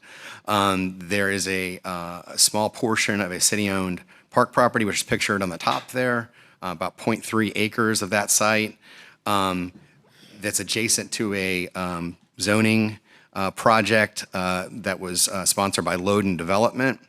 And that's shown in the blue there. That was rezoned by you all in June. To allow for additional office or residential development in order to ensure that they can fit that development on their site, deliver those units, and have sufficient parking. They approached us about purchasing that 0.33 acres or in lieu of purchasing it, provide us with an amount in value of improvements at or above the appraised value. So that appraised value came in last week at $550,000. So in order for this deal to be proceed, they would have to document community benefits valued at or above that amount. The park site in question here is, as you can see from the previous picture, is really under improved. It's adjacent to a trailhead for the Crabtree Creek Greenway. And so what's contemplated here, after a lot of consultation with our urban project group, Parks and Recreation, Stormwater, and Transportation, are really 4 sets of really significant improvements that would benefit that trailhead and would benefit the greenway system, which would be installation of green stormwater infrastructure. Currently, this site is adjacent to near the Crabtree Creek. There's no stormwater treatment on it. This would install some mitigation for stormwater runoff. It would incorporate public art. It would have a paved parking lot rather than the gravel lot that's there now, and would have some passive park amenities such as bike repair, seating, plantings, and signage. Here's a concept plan that our partners' designers put in place. This is not binding at this time, but I think it does show and reflect the intent of this deal. The area in the red hash is the area that would be deeded to Holden, and then the improvements there on the east side are what Holden would install on behalf of the city and turn that over to the city. And we're confident those are well in excess of $550,000 worth of improvements. And here's some examples, some representations of what some of these improvements would look like. So we brought you back in May with this policy, a 3-part test, right? Eligibility, appropriateness, and fairness. So there were some eligibility criteria that were put into the policy that you all adopted. Minimum of 20 points was required to bring it forward, so this had 50 points. So the ones in the dark green there are areas that this project significantly promotes. Is partnership the right tool? I think staff looked at this very carefully along with the attorney's office and determined there's no planned or program use for this property. It's highly underutilized, especially the portion that they are interested in. It's been used for a kind of a laydown area, but it's not even used for parking or any park-oriented use at this time, and there's no plan to do so. So this would be a real opportunity to leverage an underutilized asset for community benefit. And fairness. Again, we've talked about this before. I want to emphasize the fact that both legally and philosophically, we would need to make sure that the value of the improvements would equal or exceed the value of the land. And again, we would document that carefully, that we didn't perceive any significant costs or risks to this site. And so we're recommending that we continue forward with evaluation and assessment of this opportunity to proceed to final negotiation for terms, and then to authorize the city manager to sign Loden's site review submission. Since that would include our property, they would have to, the city would be a co-signer, so that 0.33 acres could be assessed. That wouldn't obligate the city or Loden to anything, but it would allow them, if we are successful in this deal, to proceed forward with a final site plan review and development. So we would anticipate, if you all authorize us to take those two steps on this slide today, that we would return back in August or September with a final agreement, and based on Loden's representation that the construction could start on these improvements as early as spring of next year and then be completed by the middle or late part of 2026. So with that, I'll be happy to take any questions that you have on this exciting partnership opportunity. So exciting that Pat didn't even wait for me to introduce the item under the manager's report. So. Sorry, Marshall. My apologies. And it was the only item under the city manager's report. I have an announcement, though. I do have an announcement. Okay. So I'll give him a pass this time. My apologies. Well, I just want to say I think this is a win-win and could be really exciting opportunity for city and the residents. So if there's no other questions, I'm ready to make a motion to approve. Councilmember Patton. Yeah, just one for me. And apologies if you addressed it while I stepped out briefly.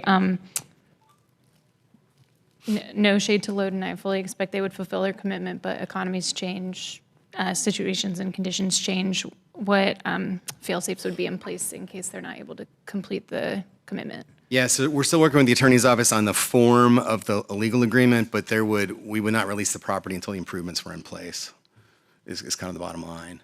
We would need to figure out the exact mechanism and tool for that, and when we bring back to you in August or September, we'll have that detail. Any other questions? Okay, then I'll make the motion to authorize staff to proceed with the final negotiation and have the city manager sign that when appropriate. Second. All in favor? Aye. Aye. Okay, that was unanimous. Thank you. Thanks much. Awesome. So what I was going to say earlier was Happy July, Mayor and Council. Excited about the holiday that is coming upon us for our country's independence and for you all to get a little bit of an independence from us. So this will be our last meeting for the summer.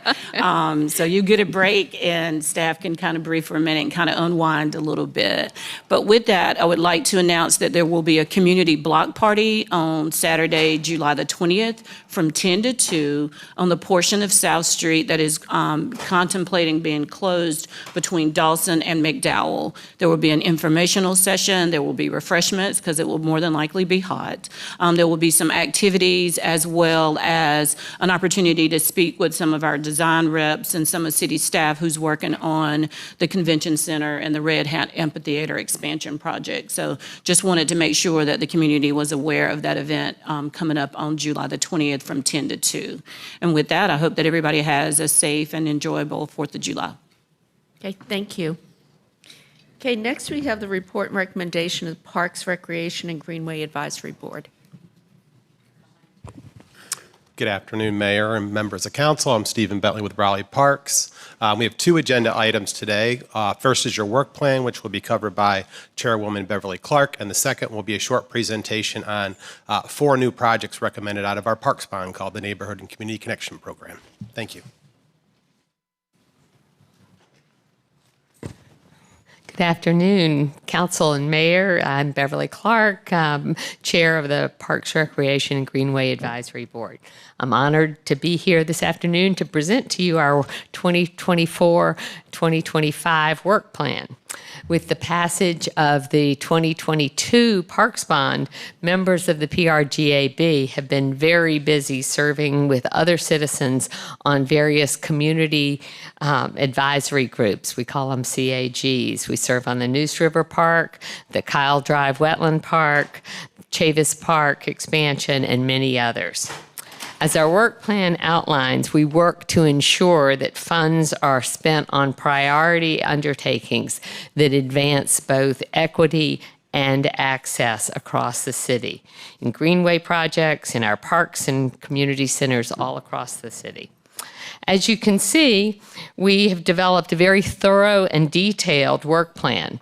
All PRGAB members were solicited for their input, and I had appointed an ad hoc work plan committee with 4 members to draft the document for staff and board input. There are 3 particular initiatives that I want to highlight for you. First, the Sustainability, Wildlife, and Urban Trees Committee, we call it SWAT, has worked with the city arborist, a diverse group of citizens with tree expertise, and the parks director to create work plan goals that align with preserving and enhancing Raleigh's treescape. We are confident that this work will result in recommendations for further council study and adoption. Second, we welcome the new public-private partnership that you just heard about, and that includes the PRGAB review and comment on potential public-private partnerships. At our June 20th meeting, as was said, we unanimously endorsed the most recent agreement with Loden Properties. Third, at our January retreat, we did a gap analysis of our board's strengths and weaknesses. As you know, everybody loves parks, so it's easy to say, oh, I love parks, but we looked at what are the different skill sets that people bring and look at all of the diversity on our board. We believe that it is important that our board reflects diversity in age, race, geography, experience, and subject matter expertise. Accordingly, we propose an ad hoc nominating committee similar to the process that is used by the Historic Resources and Development Board. Our plan is to review all applications submitted by citizens, align the applicant's skills with those of current board members and rotating off positions, identify areas of current weakness or strength, and provide diverse nominations for council review and approval. One component of this is while there are, and so you may have questions, but one component of this is that while there are PAGB nominations on this agenda, the board respectfully requests that those nominations not be voted on today, but rather those individuals be part of the pool of nominees to be reviewed by the committee. Of course, the decision for appointment rests with the council, but we believe that this process will enhance equity and fairness in our appointment to board membership. With those highlights, I formally request council approval of our PRGAB work plan. Okay. Any questions? Councilmember Patton? Yeah, and just, hello, hi. I'm the liaison to the Parks Board. Thanks for being here. Thanks for all your hard work and to all the other members of the board. I just want to put a fine point on this nominating committee that you're bringing before us, that it, you know, when we nominate from within our networks, sometimes that doesn't facilitate the goals of DEI across our city. That could also be a risk for any ad hoc nominating committee, but you all are proposing that you'll look at the applications, that you've done assessments of both demographic diversity, but also interest diversity so that we have not just natural resources focused people, but also like parents who use parks for childcare programming, cyclists, aquatics enthusiasts, et cetera. That is very much the goal, so that we don't become weighted in one way or another, but that we're always evaluating that diverse subject matter expertise. Councilmember Harrison. Yeah. Hi, Beverly. Good to see you. I do want to just bring up a recommendation that came out of our Growth and Natural Resources Committee last week. I'm going to give a summary of that in a moment, but while you're here, I just want to ensure that it goes along with your SWAT subcommittee's work. And so the recommendation that came out of our group from our meeting last week, let me see, I have it written here.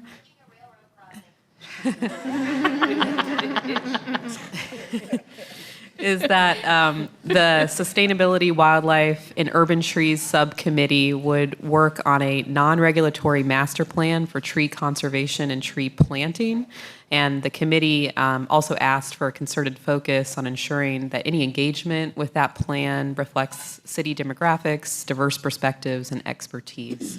And our work plan does include bringing others to the table at the SWAT committee so that we have a broad spectrum. Those wouldn't be members of the PRGA board because that would take us over the number limits, but it would bring those folks to the committee work session so that that expertise is at the table as we move forward on those recommendations. And is that work item already included in the plan? Okay. Yes, I believe Very it good. is. That's what I thought. Thank you. Thank you. Okay, any other questions? Okay, do we have a motion to approve the work plan? I'll move to approve the work plan of the Parks Recreation Greenway Advisory Board. Second. All in favor? Aye. Okay. Thank you, Ken. Okay, that was unanimous. Thank you. And then I think you're still, or somebody's up here from the Neighborhood and That would Community be David Connections Bender. Program. Okay.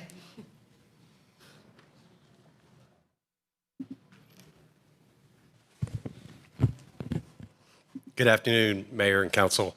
I'm David Bender with Parks.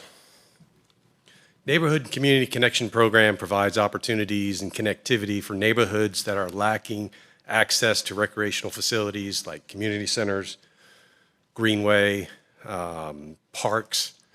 And so it provides improvement to health, gives them opportunities for access to community centers, activity centers, as well as employment and education locations. This program was funded in 2014, and then it was funded again in 2022.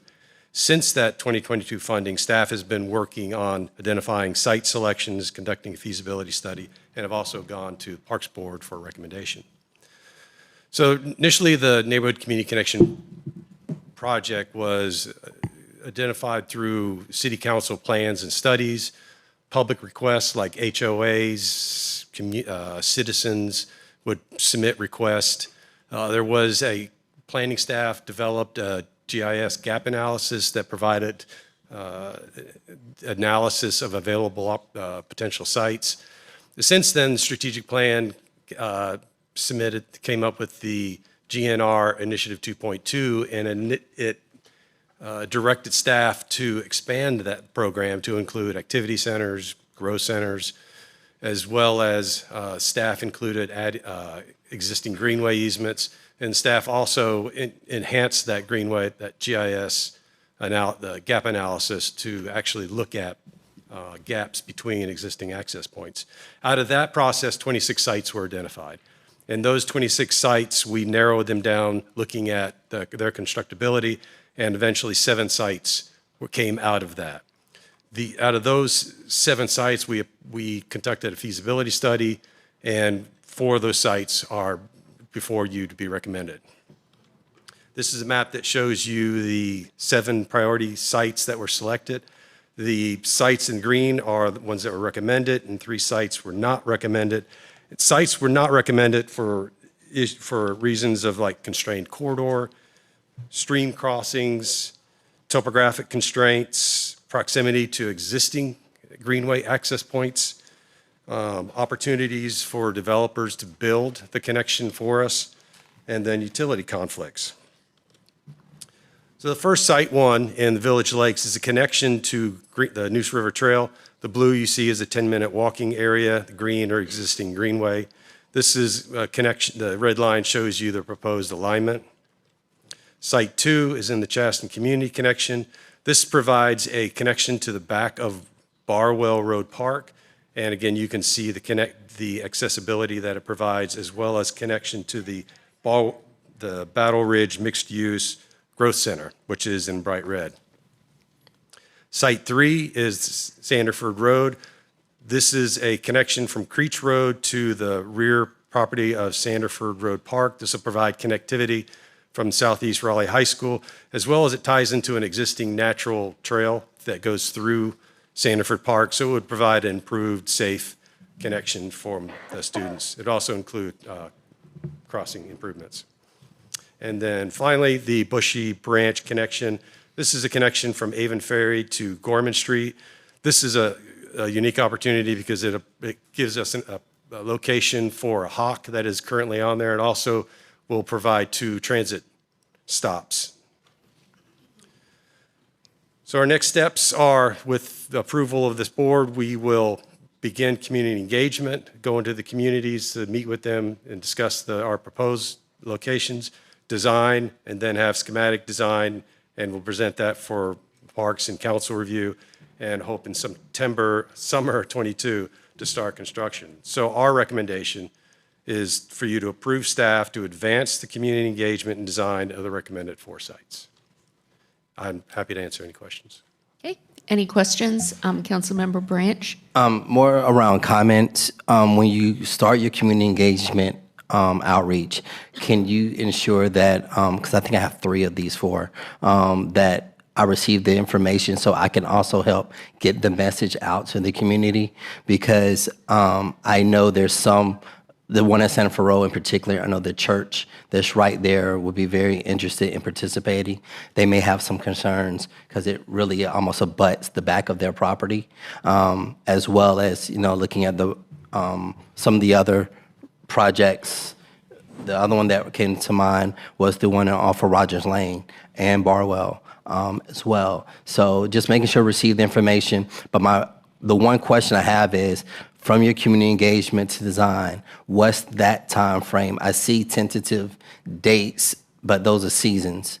So do you have an idea of how long you'll go from transitioning to community engagement to design to coming back to council with the schematic design? I think we would, with approval of the council, we would immediately begin the process of community engagement. And that process usually takes at least 30, 45 days to get through for notices to the communities, and then to go through the various areas. We could be in schematic design by, we like to say early 2025, but spring, we would be able to get to that schematic design. And with enough, so it would be summer, late summer perhaps, because once we get into further design, we find it could possibly find some constraints or some issues, would extend that design period, and then go into construction in summer or fall 25. So the community engagement piece will probably last up through at least October. And the reason why I'm saying at least that time frame, because it's summertime, and a lot of people are traveling. Like even some of the churches, they adjust their schedules, to accommodate summer travel and things of that nature. And that's usually where you get the biggest impact of community engagement and then notifying residents. So that's why I'm looking at that particular time frame, so that we make sure that those residents that live adjacent to these properties, where we're going to be adding new connectivity, new traffic, in a sense, walkable traffic for them, which I think is a plus, but at least they're aware of what's happening. No, that's good advice. Thank you for sharing that with us. Okay, thank you. Okay. Councilmember Fort? I just have a quick question. Councilmember Patton. Sorry. On Site 4, you're talking about relocating the existing crossing in Hawk. Is that the one that's on Avon Ferry Road? That's correct. Transportation, we met with them, and they saw this as a good opportunity for them to relocate that hawk, as well as the existing bus stop that's there. they would put at this mid-block crossing.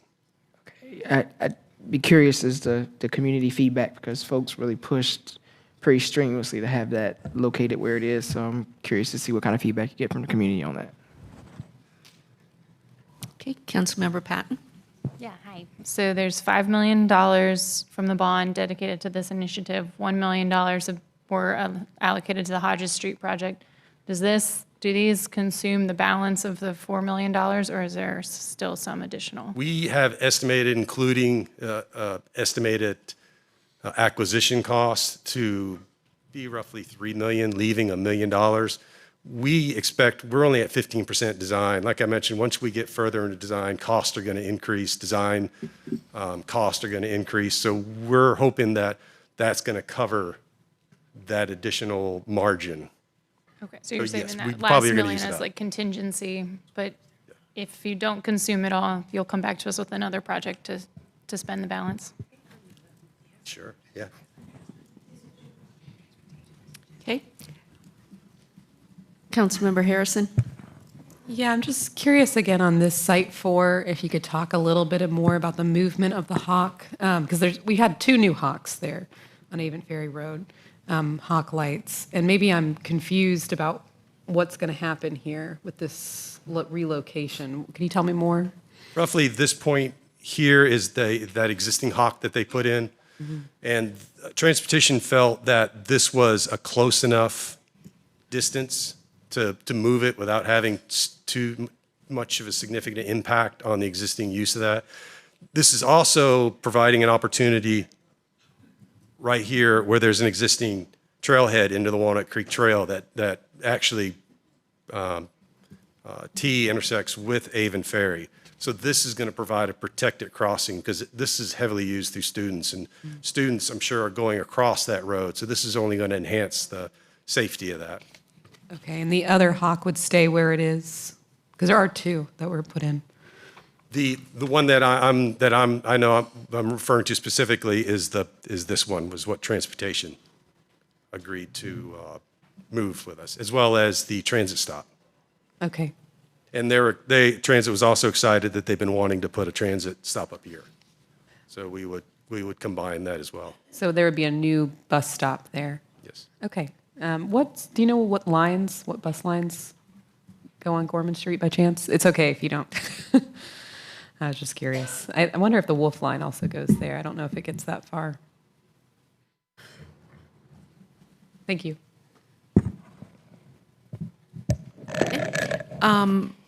Any other questions? Can we have a motion to Move for approve approval. this? All in favor? Aye. Anyone opposed? Okay, thank you. That was unanimous. Thank you. Next, we have the report and recommendation of the Raleigh Historic Development Commission.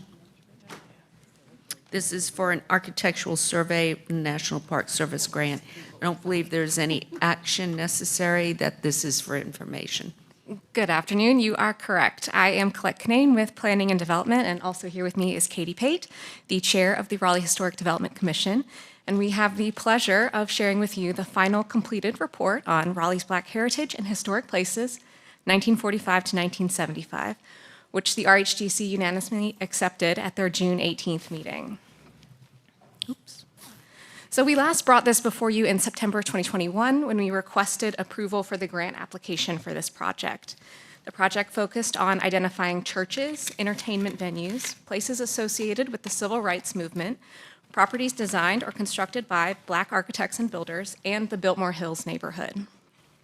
The project focus began in 1945, picking up where the 1980s Cultural Town research left off, and extended through 1975, which takes us to the 50-year National Register eligibility cutoff. The project specifically looked for places that had not been previously identified through other architectural survey efforts. So well-known locations like the Method Community, Oberlin Village, Rochester Heights, for example, were not included in this project. Throughout the project, we held 3 very well-attended community meetings. 6 oral histories were completed and will be added to the City of Raleigh Museum's oral history collection when all of the transcriptions are complete. And for the sake of time, I'm going to very briefly highlight some of the results of the project. For any specific details or more information on these, I will direct you to the report. But overall, 42 churches were identified, and 22 of those were suggested as good candidates for the National Register. The research on the civil rights movement in Raleigh documented meeting places and protest sites. The majority of the sites identified are located on Fayetteville Street, and mostly all are already included in the Fayetteville Street National Register District. However, it is important to note that the existing research on that district fails to include civil rights history in its documentation. Several important protest and meeting sites that were identified have already been demolished. The report focused on 6 Black architects and builders who worked during the time period. I'm drawing attention to 2 of those here. At the time the report was written, there were 2 properties that remained that were constructed by Calvin Esau Leitner. Unfortunately, the Capehart Leitner house was demolished after being destroyed by fire this past December, so only Davie Street Presbyterian remains, making it all that more precious. The report also began to dive into the life and work of John Wesley Winter Sr. and included a focus study on Biltmore Hills neighborhood. And I am very excited to share that we have been working with members of the Biltmore Hills community, and the city will be sponsoring a National Register Historic District application for that neighborhood beginning this fall. The neighborhood was added to the North Carolina study list on June 13th, which is the first step to officially start that process.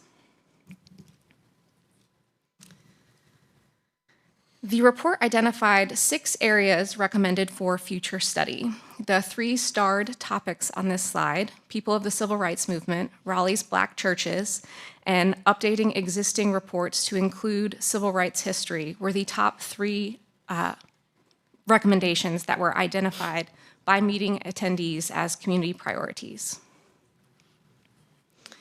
And our next steps include completing the Biltmore Hills National Register designation process with the neighborhood. We also plan to continue to research non-regulatory options for how to celebrate culturally important places, considering options like a local historic marker program, cultural or heritage communities, and online mapping, which could help preserve the memory and history of these places, if not physically preserving the buildings. We would also like to pursue some of the additional research topics suggested, especially those that were identified by the community as a priority. And as the mayor mentioned, there is no action here required on your part. We hope that you enjoy the report. Are there any questions for us? Councilmember Fort? Just a quick question. I know you listed Method and a couple other communities that were not included in the That's report. Right. I know there's pretty rich history in Method. Yes. Will there be like another edition of this that you'll follow up and be able to add those communities that were not included? So this work was hoping to fill the gaps that had been left by previous research. The Method community, there's always more work to do, but we feel like we have a pretty rich grounding of the history of that neighborhood, and there are several oral histories that are already in the collection of the City of Raleigh Museum, but we are always looking to continue our research efforts and find new information. This grant in particular, since it was a federal grant through the state, it is very specifically intended to result in a National Register nomination. So since Method is already listed on the National Register, it was unfortunately ineligible for this project. Thank you for clarifying, because when they ask me, I need to have a good answer. Yeah, no, we did not want anyone to feel like they were intentionally being excluded. Okay. Councilmember Branch? Is there, piggyback on that, and looking at the ways of celebrating without designating, can we go back and look at Method or maybe some other communities on how we can at least start recognizing them and getting more information out? Can they be included in that part? Yes, absolutely. We have been exploring several options. All of them would likely require additional funding. I think the program that has risen to the top in our research is an online mapping tool, and the goal of that would be to include everything that we have researched for the entire history of the RHDC and the city's work in historic communities. So we would want it to be, if that's the option that we pursue, an online repository for everything. Any other questions? Are you raising your hand, Councilmember Black? I was. Hi. Thank you so much for this work. Good to see you.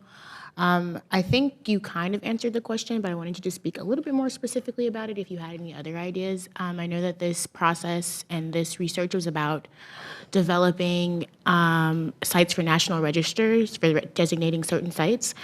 What other plans did you have to do with it? Because I think it's pretty cool. I know we had Carmen in here earlier. I don't know if she's still in here, but she wrote Historic Black Neighborhoods of Raleigh.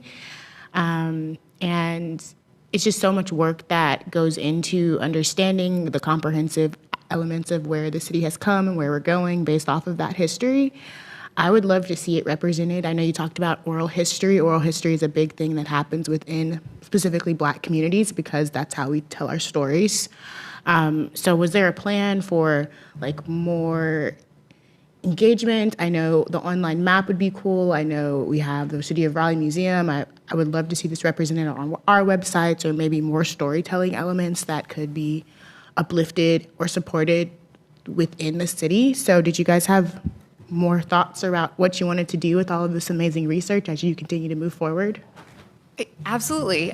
So we have been working very closely with Raleigh Parks as the holders of our oral history collection and many other oral history collections. We've been working to make that more visible. I believe that they have a webpage in development to add to the city's website that you'll be able to peruse all of the oral histories that have been taken and that are available for the general public to listen to. But absolutely, we continually seek to partner with other departments and agencies to have more research available to everyone. Cool, thank you. I'm really interested to see more about it. Hopefully I can get something like in more detail soon. Absolutely, yes. That's right, I'm sorry. Just one last item. I noticed there's two churches, First Cosmopolitan Baptist Church, which used to be Fayetteville Street, and then Macedonia Church. Both of them used to be in 4th Ward. I know Ms. Rainey and a group have been working on that. But there's history there, and the historic history there, that if we can try to connect, both of those churches do exist, but they were relocated when Fayetteville Street changed years ago. So I didn't see them listed. So I wanted to highlight at least those two, and there may have been some others, but maybe getting with the committee that's been set up for 4th Ward, they can provide that information of what churches relocated, and that history can be passed along. Yes, absolutely. Our consultant did include some information about churches that had to relocate due to urban renewal and other influences during the time period, but we will certainly look into both of those. Okay, any other questions? That was great, thank you. Okay, next we have the report and recommendation of the Raleigh Human Relations Commission.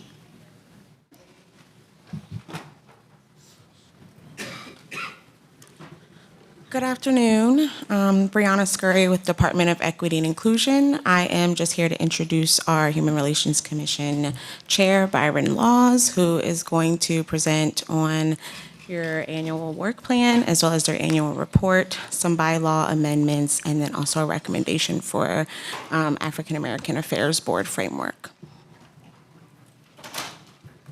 Thank you, Brianna. Good afternoon. Not everything that is faced can be changed, but nothing can be changed until it's faced.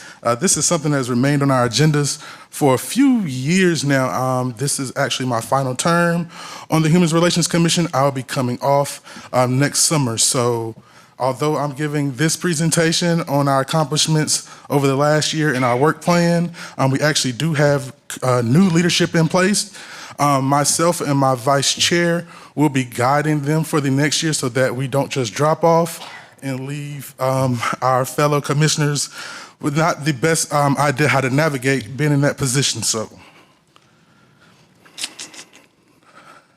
I'll try to get into like the actual meat of the stuff.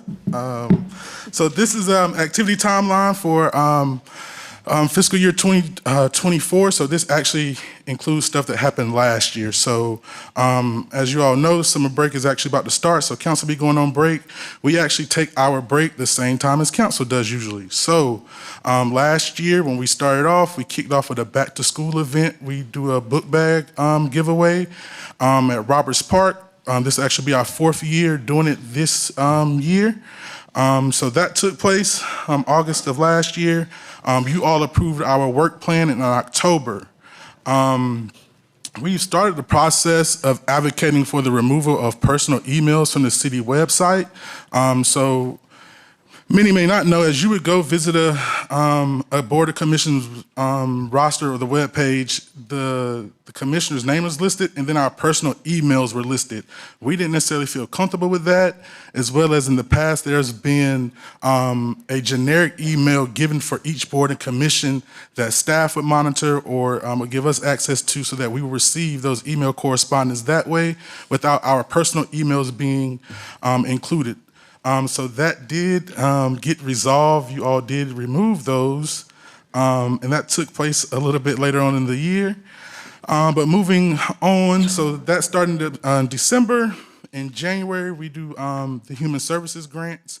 We get about $750,000 in which we allocate to different human service organizations in the city of Raleigh. So it's a very thorough process. There's a lot of applications, and we try our best to make sure that organizations are giving close to what they've asked for as best as possible. So that starts in January. Our big event that takes place in January is National Day of Racial Healing. That was held at Chavis Park this year. As we move forward, we as the Raleigh Human Relations Commission approved the African American Affairs Board recommendation. This is an item that has come before council in different ways, from just community members uplifting it, but it's not something that we had ever taken on in regards to Human Relations Commission as a part of our work plan. So we included that board recommendation in our work plan last year, which you all approved.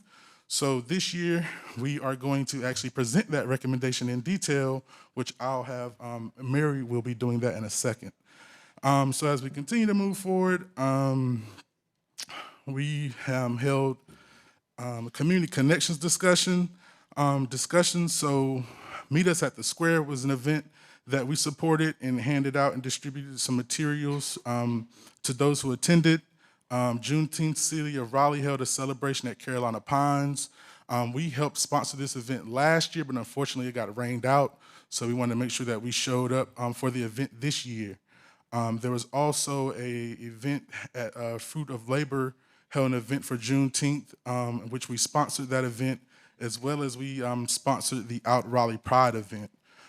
When I was here last year, the mayor had given a comment about she wanted to see us do more work supporting the LGBTQIA+ community, so we wanted to make sure that we did that.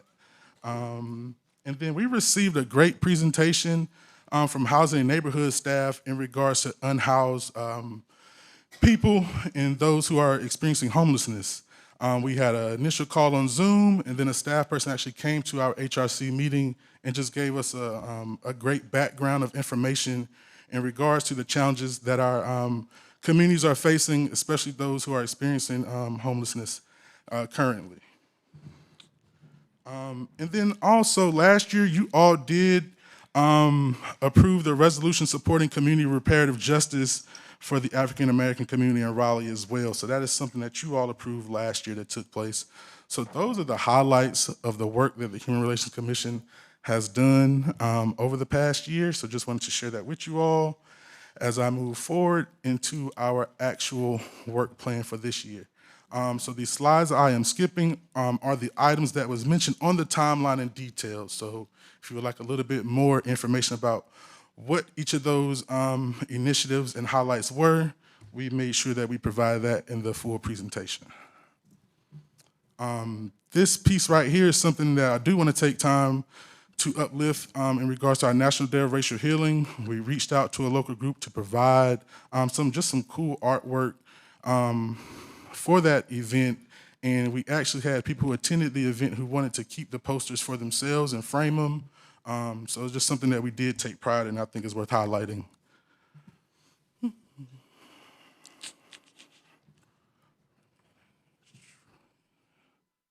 And this is some pictures of our commissioners doing some work in the community. And into the work plan. So the theme is Unify Raleigh through community connections, which is something that we really try our best to do.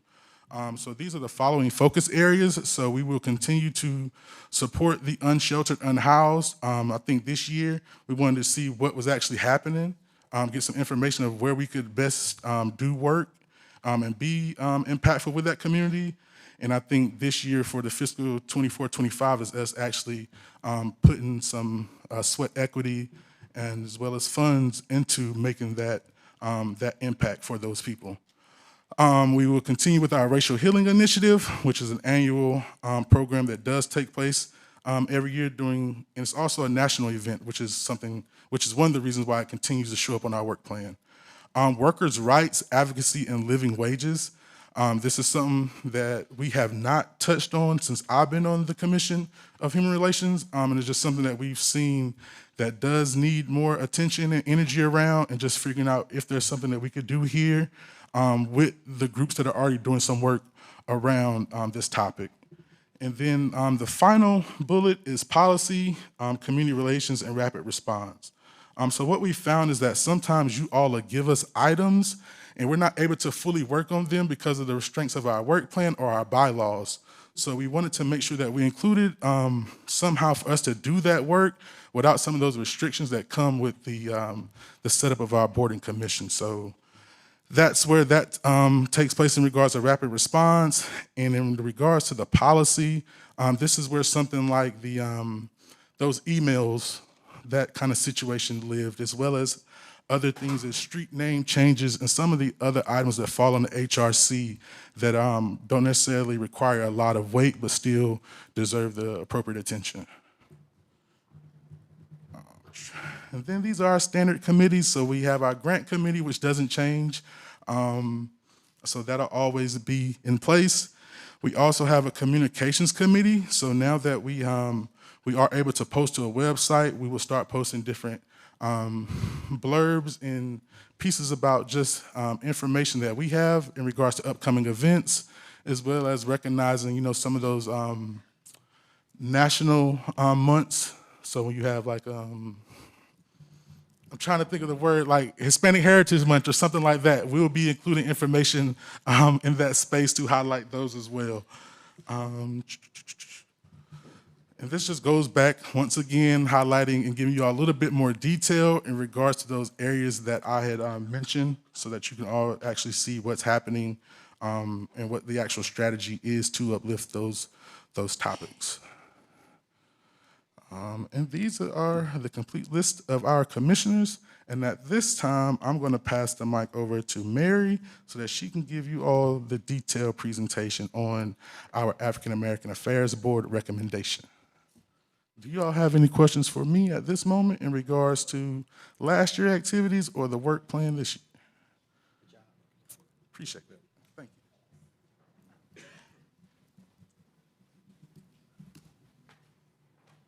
Mayor and Council, good afternoon. Okay, so next slide.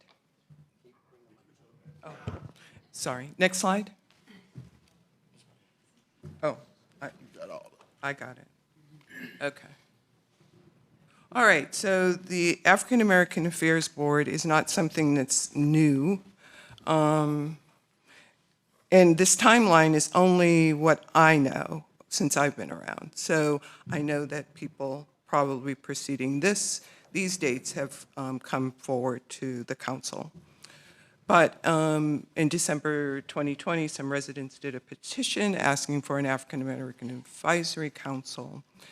I had the staff send the recordings of the May 2021 and the June 2021 Safe and Vibrant Healthy Committee that Dr. Caesar at the time, who was the Director of Equity and Inclusion, gave some very good information and kind of gave a framework for the board.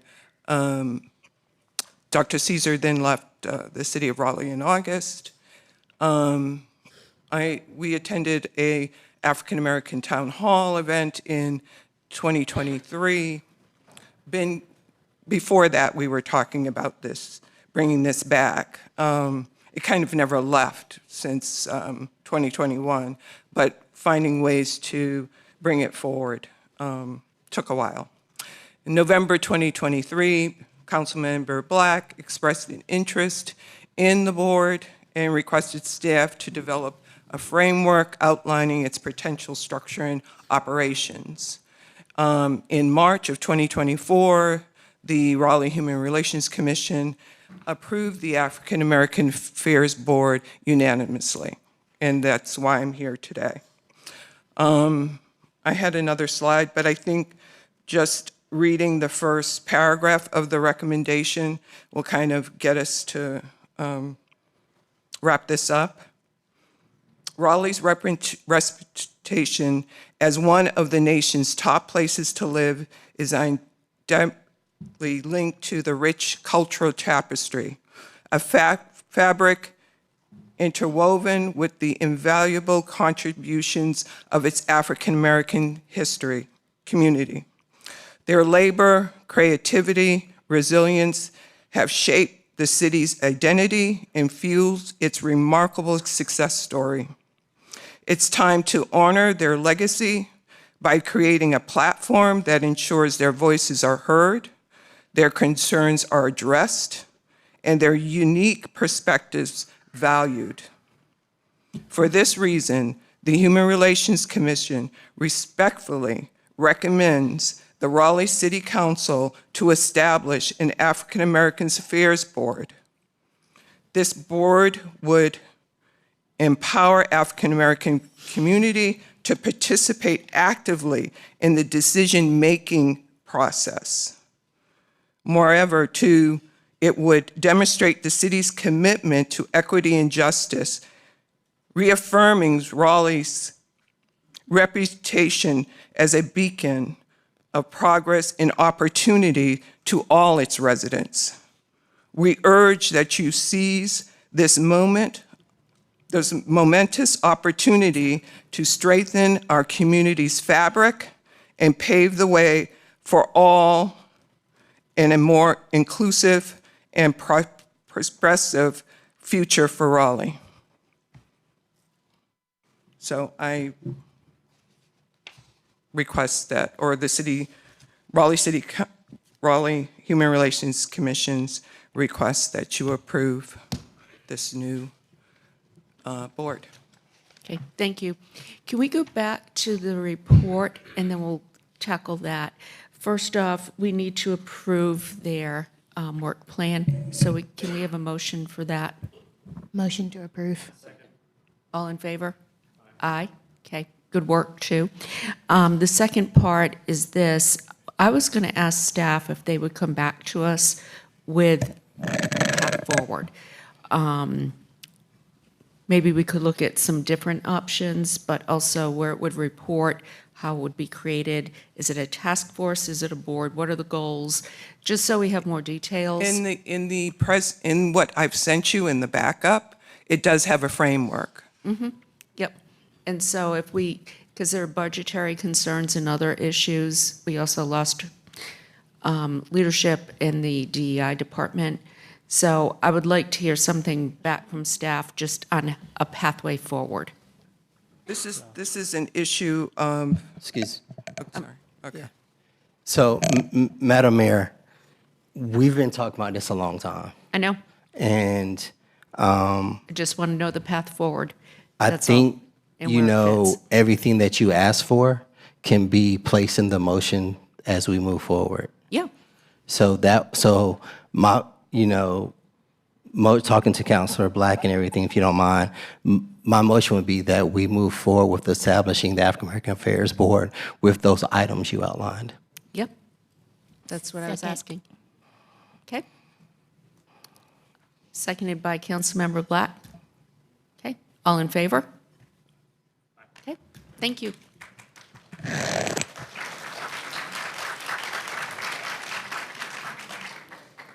All right, now we have what everybody has been waiting for, and these are the public hearings. Thank you for your patience as we deliberated on all of these issues. The first item is the substantial amendment to FY 2021-25 Consolidated Plan and FY 2024-25 Annual Action Plan. By the way, no one has signed up in support or opposition.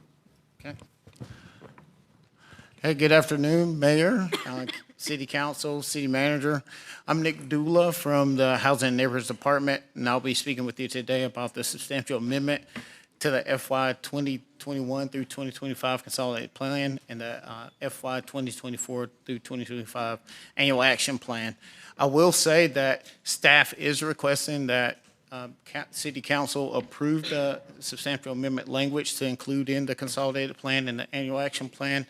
Staff is also requesting authorization to submit an application for the Section 108 Loan Guarantee Program as well. Okay. During the presentation, I'll provide an overview of the Consolidated Plan and the Annual Action Plan. I'll also discuss the purpose of the substantial amendment. I'll provide an overview of the Section 108 Loan Guarantee Program. I'll also talk about the ways that the city intends to use the Section 108 loan funds, and then I'll review the requested items from staff. So the Consolidated Plan and the Annual Action Plan are strategic planning documents that the city submits to the U.S. Department of Housing and Urban Development, or HUD. Each year, HUD provides federal grant funds to the city, and the Consolidated Plan and the Annual Action Plan tell HUD how the city intends to use those funds. The Consolidated Plan provides the overarching goals and priorities that the city is trying to advance over a 5-year period. The Annual Action Plan is a component of the Consolidated Plan that talks about the specific programs and projects that the city will complete each year of the Consolidated Plan. The purpose of the substantial amendment is the city intends to apply to HUD for additional federal funds through the Section 108 Loan Guarantee Program. The Consolidated Plan and the Annual Action Plan have already been adopted and approved by City Council and HUD. And so to add a new program to each plan, we'll need to do a substantial amendment.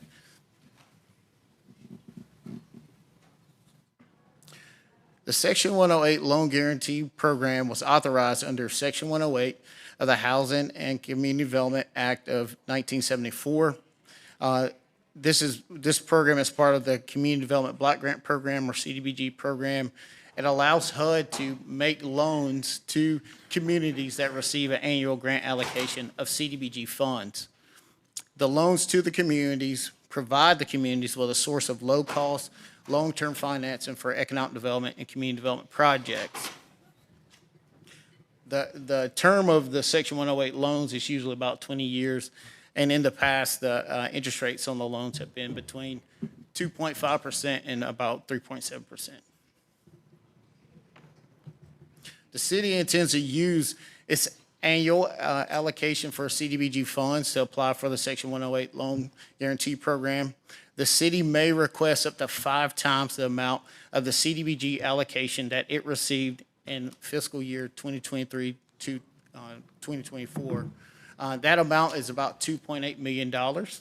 And applying through the Section 108 loan program, we can leverage those funds to get about $14.2 million that we can reinvest in our community.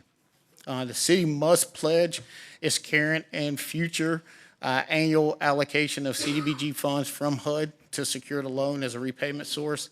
However, the city's goal is to invest in projects that produce income that the city can use to make the repayment without using its annual grant funds. HUD allows the city to deploy the Section 108 funds in 2 different ways. The city intends to use both the methods. The first method is the city can reloan the funds to third-party businesses and developers. This method allows the city to generate income because as the businesses and developers make repayments on their loans, the city receives the income and can use that income to pay the Section 108 loan back to HUD. The second method is the city can directly expend funds on projects or expend funds through subrecipient partners. This option may not produce income that the city can use to repay the loan, but the city can use this annual CDBG allocation for the repayment of those expenses.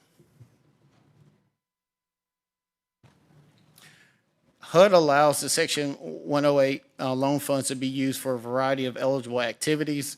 I've listed the eligible activities on the screen that the city intends to use our Section 108 funds for. I've also listed the amount of Section 108 funds allocated to each activity.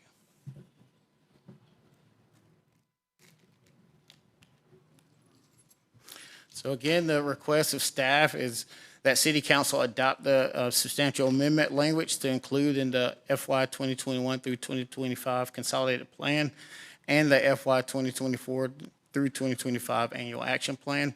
Staff also asked for authority to apply to HUD for the Section 108 Loan Guarantee Program. I'm happy to take any questions. Okay, do we have any questions for staff? Okay, I'm going to open the hearing and close the hearing. Do we have a motion? Move for approval. All in favor? Aye. Okay, that was unanimous. Thank you. Next, we have annexation agreement, Town of Gardner.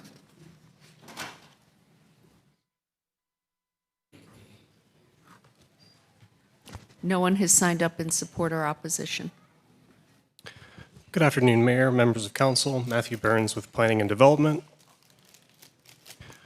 Chapter 160A of North Carolina General Statutes permits municipalities to enter into annexation agreements in order to enhance the orderly planning by such cities as well as residents and property owners in areas adjacent to them. These agreements define the land area in which municipalities may annex property. According to these agreements, both parties agree to only accept petitions for annexation on their side of the boundary line. Each municipality entering into an annexation agreement must hold a public hearing before adoption, and once they are approved, they are in effect for 20 years. Note that annexation agreements do not change the location, size, or shape of a municipality's corporate limits or extraterritorial jurisdiction, nor does it change the jurisdiction of property owners or residents. The City of Raleigh has agreements with 6 of Wake County's 15 municipalities, and all of these share either an ETJ or a city limit boundary with Raleigh. So here you can see we have them with Cary, Durham, Wake Forest, Rollsville, Knightdale, and Garner.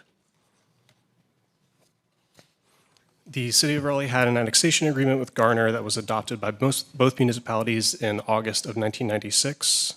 It described the annexation boundary, described the provision of utility services, and described a mutual exchange of information, although not in very much detail. The previous agreement expired in 2016, and although Garner and Raleigh have not had a formal agreement since then, both municipalities have been conducting their programs as if the agreement were still in effect. Both staff from both jurisdictions have been in ongoing conversation about renewing it. And to that end, Raleigh staff has consulted with Garner to bring a new annexation forward to replace the old one. Similarly, it describes the annexation boundary. It's been revised in several places to account for changes in property lines and just general development activities that's occurred over the past, well, since 1996. And it also includes more detail on notification for annexation and rezoning activity within 1,000 feet of the boundary line.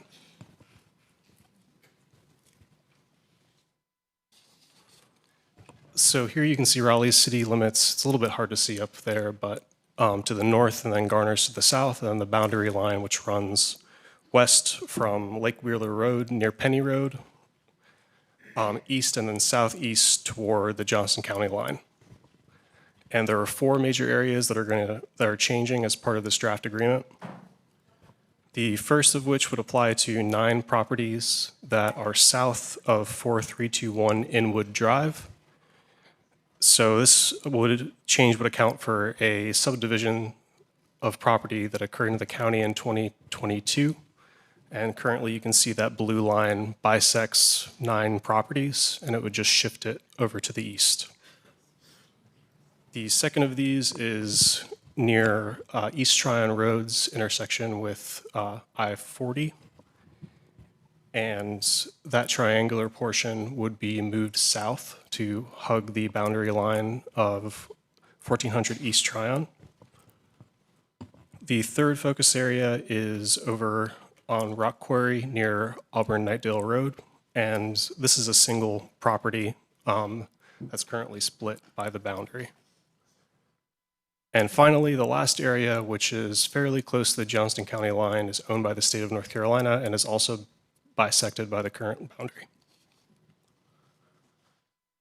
So assuming that the annexation agreement is approved or adopted, the next step would involve coordination between, among Wake County, Garner, and Raleigh in order to resolve some mapping and jurisdictional issues which are left over or would be left over by the amending of the boundary line. And the reason for that is we want to avoid as best as possible to have islands of ETJ on one side of the boundary or another. And so here on the right, I'll show you some areas that would be split by that future boundary.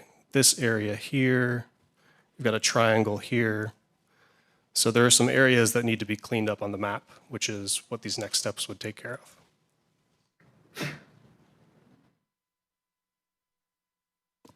So Garner Town Council will hold a public hearing for the same agreement on July 16th, and assuming it's approved, the next step would be Garner relinquishing some ETJ near that area that I just showed you per the new annexation agreement. Then Raleigh would extend an ETJ or request an ETJ extension from Wake County. Wake County would present our request to their planning board and then their board of commissioners within 60 days of relinquishment. And then we would hold a public hearing to rezone the property within 60 days of that decision. I would like to mention that staff from the town of Garner is present in the audience today. And can I answer any questions for you before you open the public hearing? Do we have any questions for staff?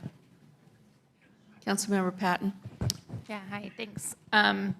So I thought I was with you. This is not like, so one question I had sent to y'all in email is, what I don't want is for a resident to wake up one day thinking they're going to build their back deck according to Garner standards, and then they are like, oh shoot, I have to build them according to Raleigh standards, and that is unexpected to them. But this is not annexing any properties, like actually annexing them. This is not putting them into the ETJ such that they would have our planning jurisdiction applied to them. Is that correct? That is correct. The annexation agreement itself does not affect jurisdictional boundaries. It would change, or it may change what municipality someone would be eligible to annex into if they voluntarily requested it. Got it. Yeah, at such time when some property owner might request annexation, they'll be requesting it from Raleigh instead of Garner, or vice versa. That's correct. Okay, so then I got snagged on this part 4 to conduct the public hearing to rezone the property. So in this area, that would be cleaned up. So the proposed boundary line, the line currently follows this triangle like that. Mm-hmm. We're proposing to shift it so that it goes like that in yellow instead. Now, since Garner has already extended their planning jurisdiction over that triangle, an ETJ relinquishment would basically give up that area, and then we would extend our ETJ over it. And the reason being, we don't want to have a section of Garner's ETJ over the annexation boundary line. And for example, if this parcel were to request annexation, after this is approved into Raleigh's city limits, then we would end up with little bits of Garner's ETJ that's left over, since it would be kind of like cookie cuttering out a piece. And so we really we want to avoid having islands of jurisdiction Okay. on one side or the other. So it's really a map cleanup effort. All right, cool, thanks. Okay. Any other questions? Okay, I will open the hearing and close the hearing. Do we have a motion? Move for approval. Second. All in favor? Aye. Okay, that was unanimous. Thank you. Next, we have annexation petition AX 0424. This is for 4216 Holden Road. And I guess this is also related to item, the seventh item on our agenda. That's correct. Yeah, agendas, items 3 and 7 are tied together. The applicant submitted a request for annexation and a rezoning. I will note that you will need to hold 2 public hearings, one for the annexation and one for the rezoning. No one has signed up in support or opposition to the annexation. No, but I believe people have signed up for the rezoning. And then there are 2 people signed up in support and 1 person signed up in opposition to the rezoning. Thank you. So this is a request for annexation and rezoning of 4216 Holden Road in Northeast Raleigh. So starting with the annexation, the site's currently zoned residential 4, and it's part of the rezoning I mentioned, which would go to residential 6 with conditions. And the proposed use would be a townhome development, so residential.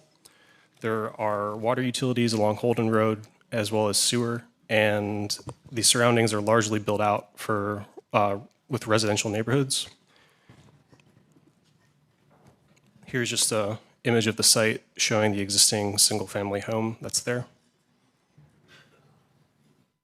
The site, again, is just over 3 acres. The rezoning request is consistent with the 2030 comprehensive plan, consistent with the future land use map, and Planning Commission recommends approval of the request.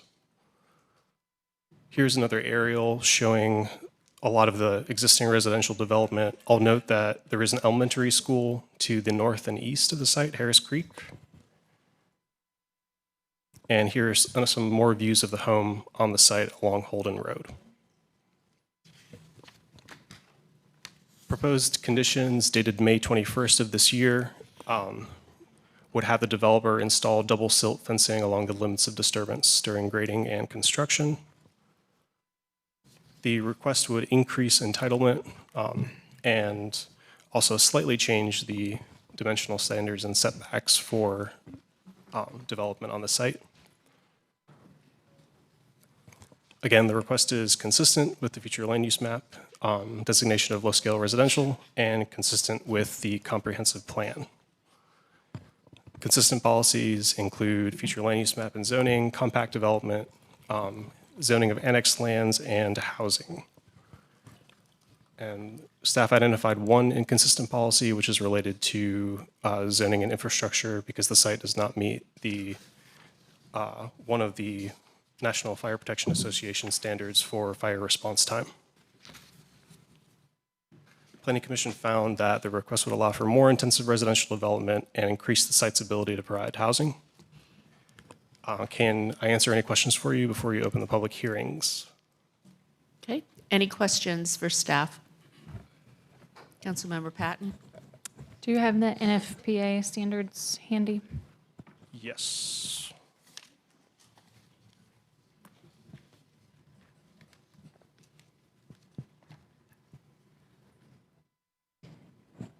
Just a second. Sorry about that. So I think I got him here, actually. Sorry, didn't mean to put you on the spot. It's deployment of a full alarm assignment at a fire suppression incident, which would be 8 minutes or less. Yeah. Okay. And just to flag, this is in the same relative area as all the other ones where we've delayed the annexations, but we have the fire master plan underway. So, yeah, that's all. I didn't know if you had them right in front of you. Okay, anything else? Okay, this is for the annexation. As I said, no one is here in support or opposition. I will open the hearing and close the hearing. Move to approve the annexation. Second. All in favor? Aye. Aye. Anyone opposed? Okay, that was unanimous. Thank you. And The next item is 7th on our agenda, but I think it would be appropriate to move this up, so we're dealing with the one case. So any questions on the rezoning? Okay, I'm going to open the hearing. I have 2 people signed up in support, Shiv Shankar Nuna and Vikat Jami, and then 1 signed up in opposition, Andrew Dustin. We will start with those in support.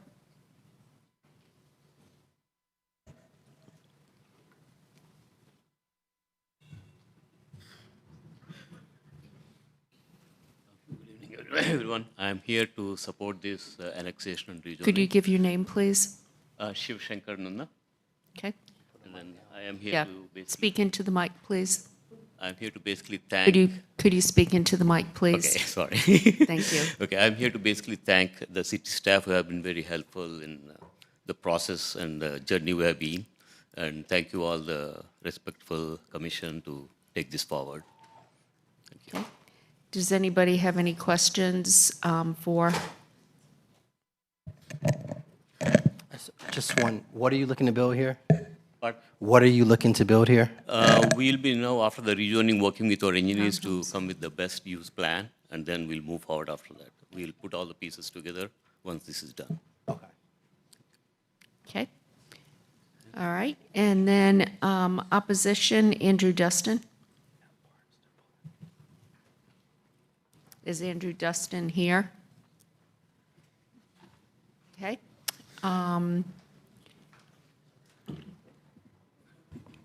I'll note that another member of the public just mentioned that he didn't sign up in time, but would like to make some comments about this in opposition. Just putting it out there for. You know those are not allowed under our rules. Yep. Okay.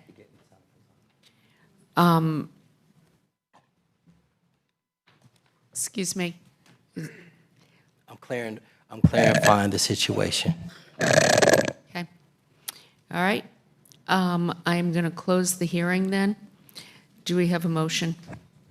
Yeah, I want to thank the applicant for working with me on adding that condition around the double silt fencing. There is other development activity in this area that I know has created a little bit of heartburn for the existing residents. I do think this is small in its impact, and so without further ado, I move to adopt the proposed consistency statement dated July 2nd, 2024, contained in the agenda materials, and to approve the zoning amendment with the adoption and effective dates described in the agenda item under recommended action.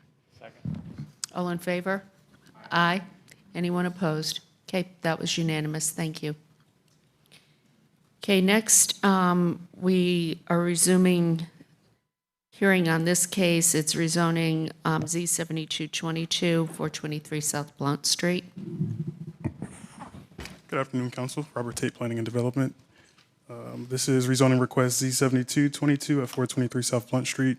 I'm sure you all are familiar with this rezoning request. It was referred to the ED&I committee of June of last month. It was reported out. This request has not changed since you originally heard this in September of 2023. So I'm just here for any questions you may have. It's likely that you're able to hear from the applicant for anything that you may be looking for. I think there was some very specific direction given to the applicant at the EDI committee meeting. Mayor Pro Tem? Yeah, so do we actually have to skip and vote this out of committee before we do this? Because it's on the committee report recommendation to send it out with no recommendation, but that is later in the agenda. Well, you just said what was there, so. Yeah, so the committee met and we gave specific direction to the applicant, and we recommend moving it out of committee with no recommendation to resume the public hearing today. So moved. All in favor? Aye. Aye. All right, now it's Okay. back at the table. Yes.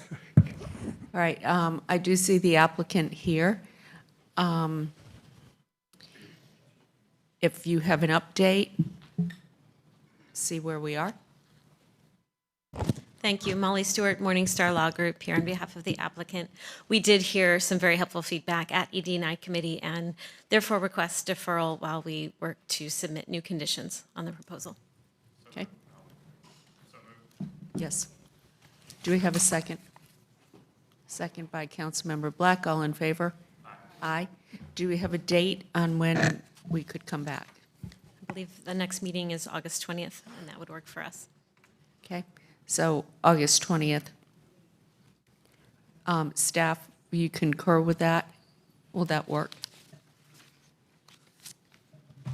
Yes, it's fine. Okay, thank you. Just one question. We have like 8 items that we've set for that date, and it's a day meeting. I didn't know if we wanted, if it was possible for the day meeting on September 3rd. Would that give you the time for us to make a final decision? They'll be telling us what the request is at that point. We've got to have a deadline so they can submit Correct. And I that. was going to, my idea was that we set the deadline for September 3rd. And I'm asking the applicant what works. And I'm just looking at that. I know today we set like 8 items for that day. And we all know after break, that is a heavy schedule. Okay, I'll be here. Okay? So we kept it on the 20th? Yep. Yes. All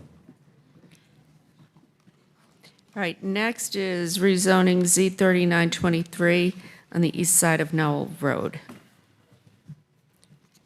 This is also a case where we're resuming the public hearing, but I believe this was in committee, and there's a request related to this. We did not move it out of committee yet, so I guess my motion would be that we hold this. I don't know if we need to set another date, but GNR is going to cover this, I think it's August 27th is our next meeting. So it has to be after that. So come back to us on September 3rd. Yeah, that's fine. Is that okay with you, Isabel? I would say we might need a little more time than that, just to react to the GNR meeting. Okay, Maybe that sounds fine. September 17th. That's fine with me. Okay, so that third week in September. Let me see. Is that your motion? Yeah, motion to September 17th for the next public hearing on this. Second. Okay, all in favor? Aye. Aye. Okay, that was unanimous. Thank you. All right. Next, we have rezoning Z5923. This is Blue Run Lane.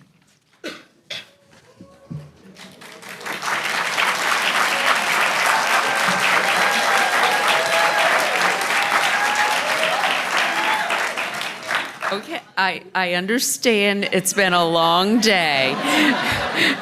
Thank you for your patience.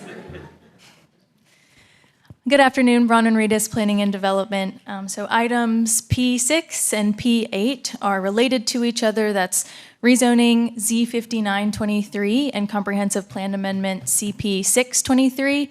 So I'm going to go ahead and run through the staff presentations for both of those items so you get the full context, but you will have to hold 2 separate public hearings for the 2 items.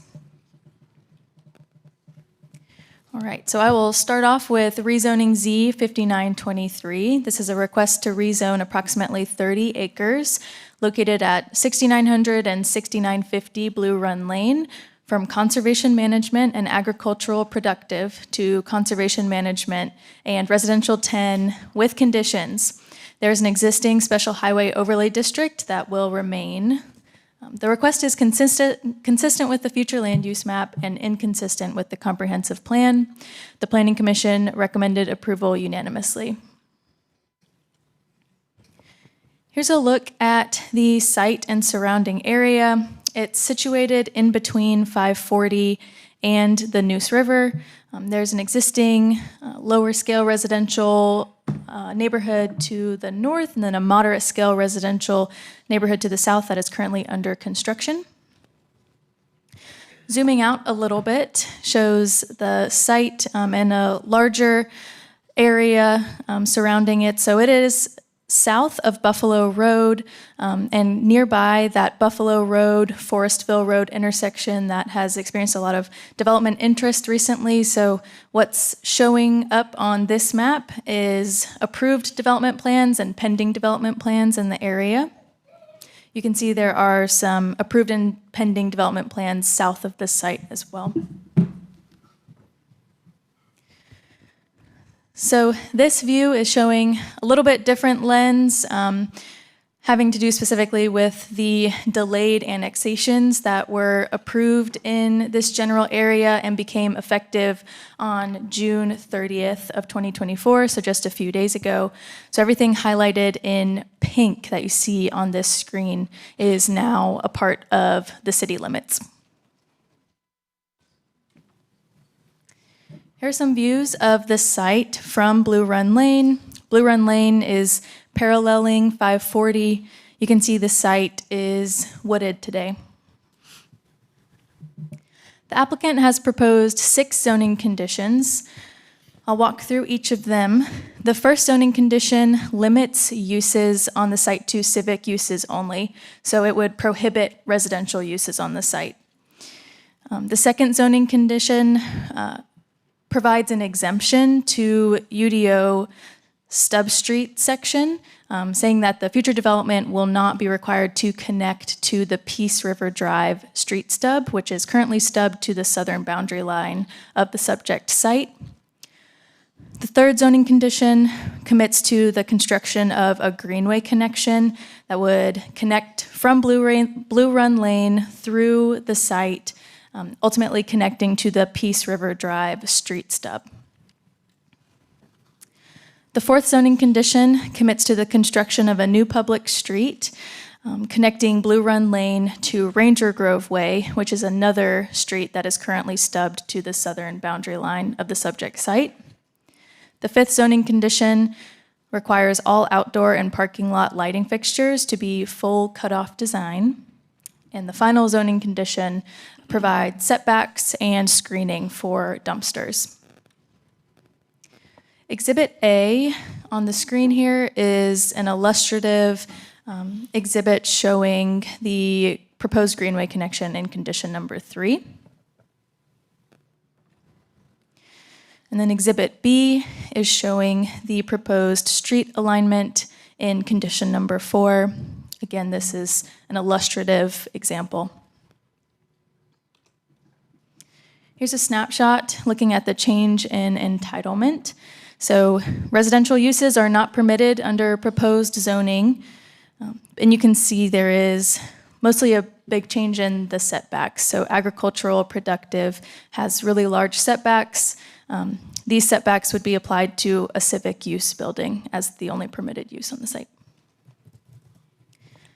So the request is inconsistent with the comprehensive plan overall and consistent with the future land use map designation of rural residential. Civic uses are appropriate in rural residential per the description of the future land use. There are a couple consistent policies highlighted on the screen.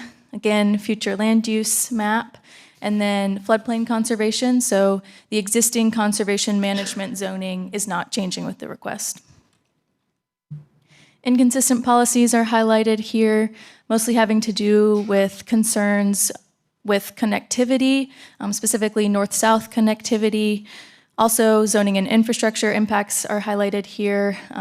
The site is not meeting NFPA standards for response time. And Planning Commission did find that approval is reasonable and in the public interest, finding that the request limits future development on the site to civic uses, which may provide community gathering spaces for nearby residents. So now I will pivot to the comprehensive plan amendment. So the comprehensive plan amendment is a request to amend the street plan map, specifically to remove a proposed neighborhood street shown on the street plan map from 6900 and 6950 Blue Run Lane and 4844 Pine Drive. The request is inconsistent with the comprehensive plan, and Planning Commission did recommend approval unanimously. I also just want to add a note that civic uses are exempted from block perimeter and stub street standards in the UDO if there is not a street plan map associated with it. So approval of this amendment to remove this street plan mapped on this site would remove an obligation for future development to construct a public street on this property, besides what they have committed to through voluntary zoning conditions. So here's another aerial image. We've seen this one already. And here's a look at the existing street plan. So the street plan is a tool that shows high-level connections to accommodate anticipated future growth. The lines on the map aren't necessarily engineered or requiring exact location, but they are highlighting important connection points. So this line on the street plan is particularly showing the connection between Buffalo Road and Tar Heel Clubhouse Road to the south. And so that's providing a north-south movement, paralleling 540 in that area that, as you can see, doesn't have street connectivity today. Wanted to show this image as well. This is showing the street plan and some of the nearby development plans, again, either approved or pending, and you can see how those development plans to the south have incorporated the street plan street into their design. So the request is to remove that street plan street from the subject properties. And those subject properties are highlighted in yellow on the screen. The street plan street would continue to the north and to the south of the site. So there are no consistent policies with this request. There are a few inconsistent policies flagged here having to do with road connectivity. Planning Commission did find that approval is reasonable and in the public interest, seeing that the request would allow for development of the site with a context-sensitive approach to transportation, which would be established through the associated rezoning case Z5923. And your recommended action is to either approve, deny, or approve an alternative for this particular item today. And that concludes my presentation. I'm happy to answer any questions you have for staff. Okay, Councilmember Harrison, then Branch. Yeah, I'm just curious, did Planning Commission have any discussion about the road not being built? Any concerns? Did that come up? Or I don't know if you know. Concerns about the road not being built?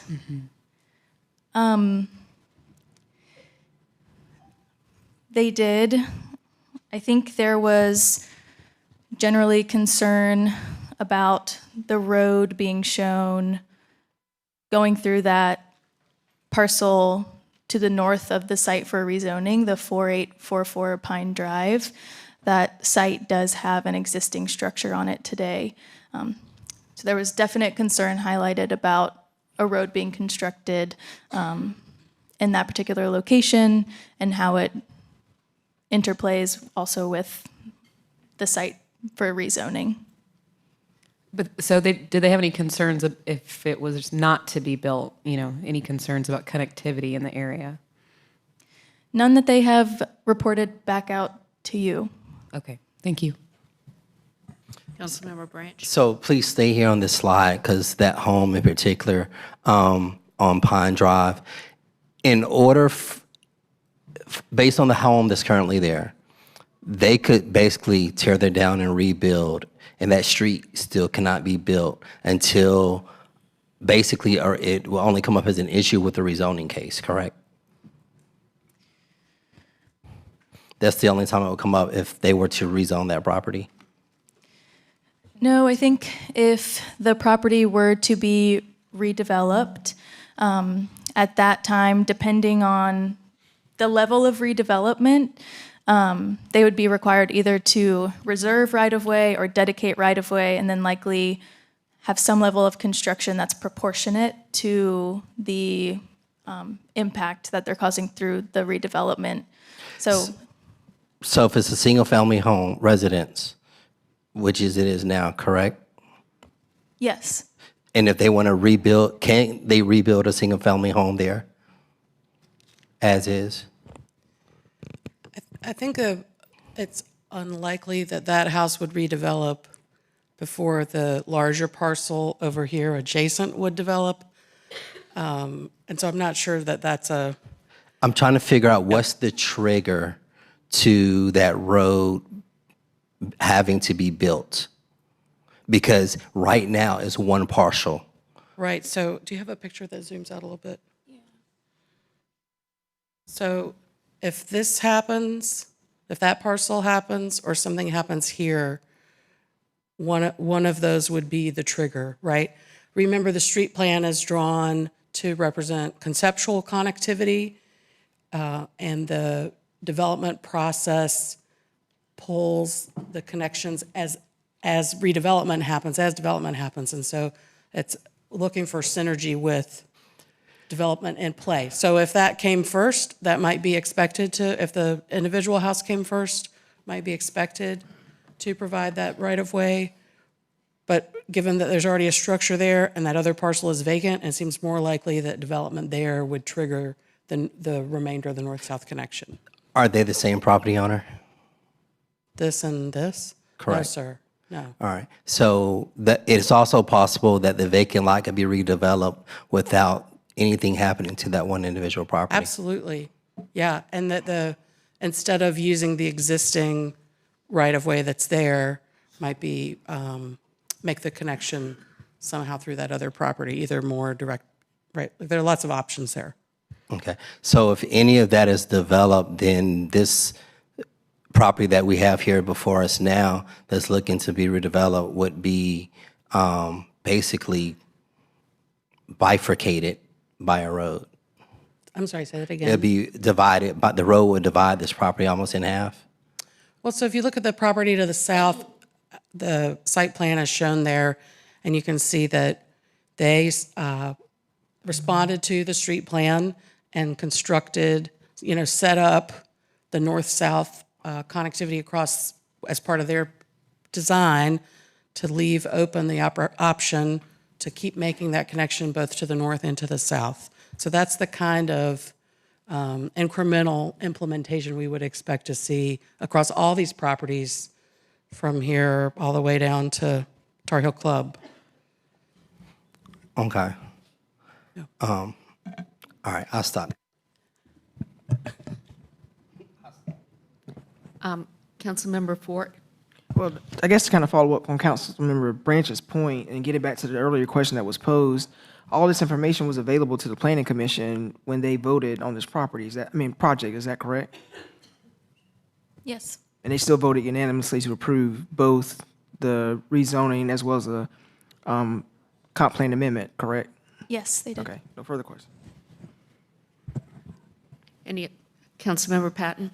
Yeah, it's my understanding there might have been a little bit of misunderstanding in the Planning Commission about what was possible for exemption of civic uses administratively, that perhaps Planning Commission thought more exemption was possible, but the exemption that's possible is block perimeter standards and not street plans.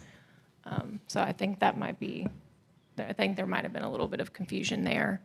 But I have a couple questions for transportation staff. Can you put it on the slide, Bronwyn, with the exhibit of the site?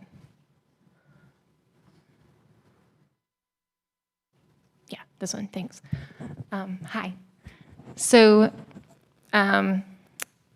the street that's, can you just describe the size of the street that's planned in the street plan? What's recommended? Sure. Margaret Tartalla, Transportation. I actually have a slide. So the street plan proposed street is designated as a neighborhood street, which is confusing because we have a neighborhood yield street, a neighborhood local street, and a neighborhood street. But I have those cross sections that we can look at on the slide. So I apologize, there's a lot of slides in here. All right. So this is the cross section for a neighborhood street. which is the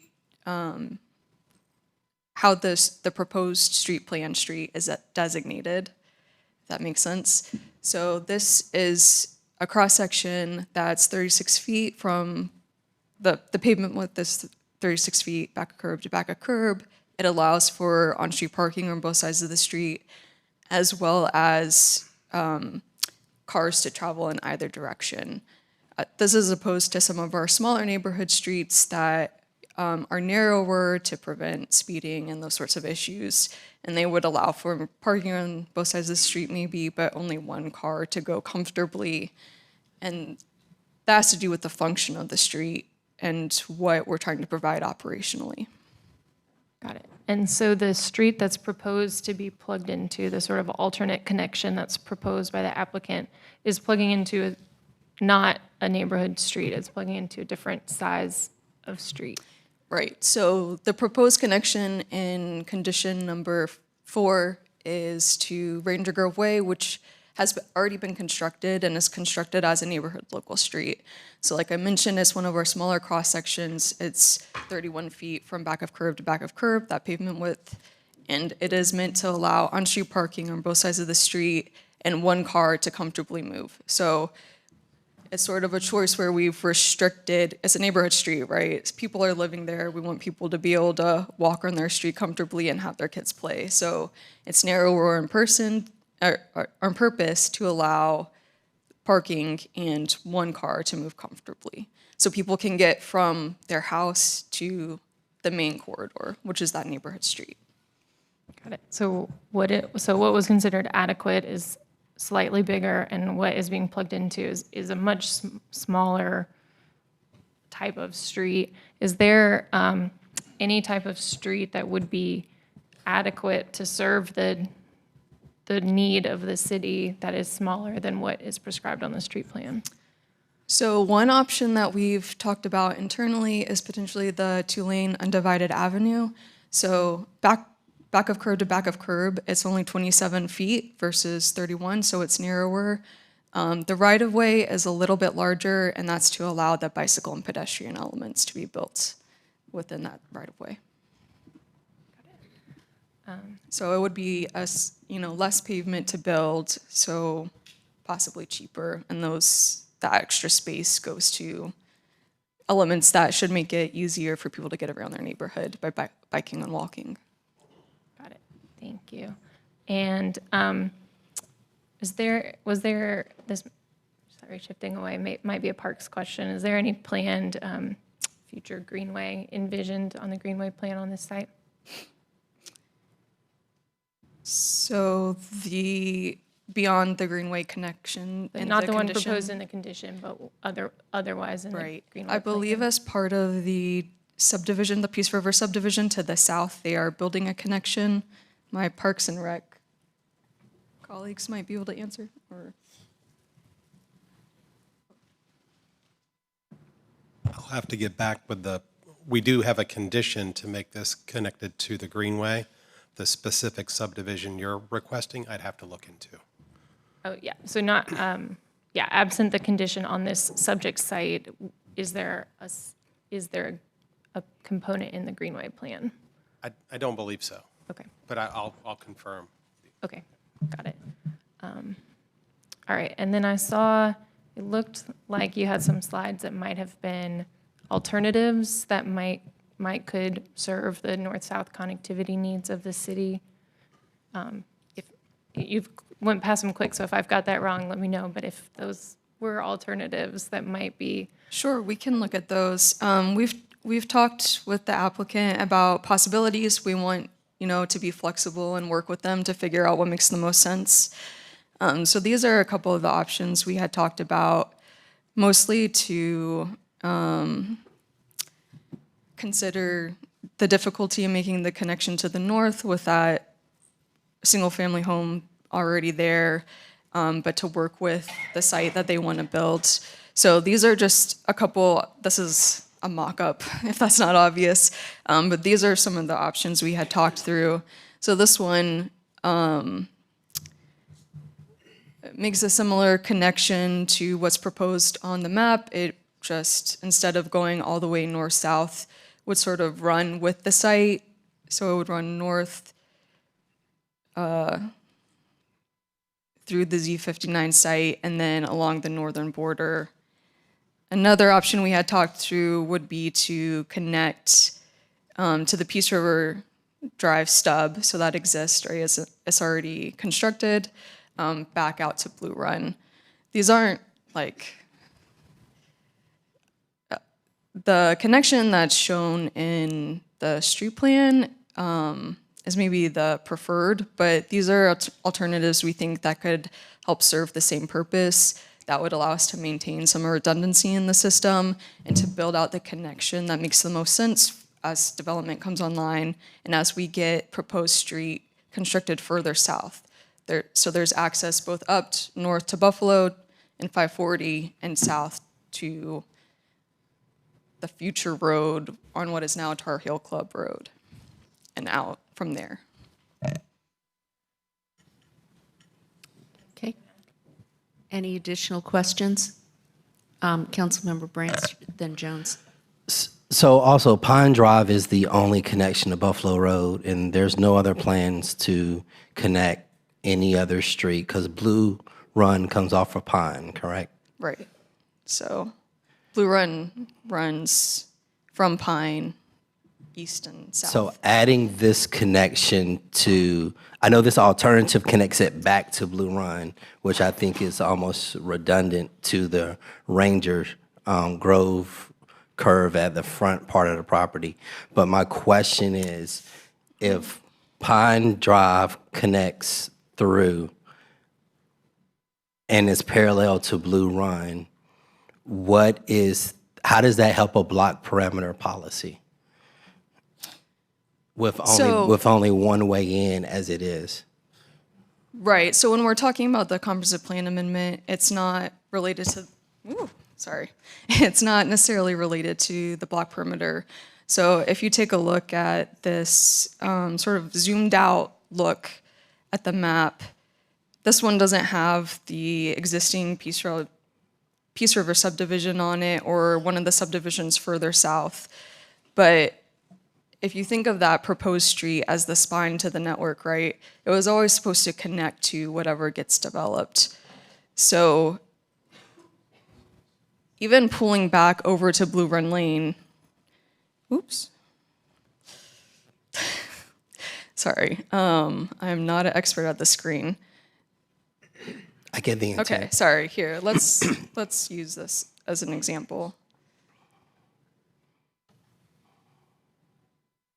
So if you're looking specifically at the site and you have that zoomed in picture, I see where you're coming from. It does look like it's not providing anything extra.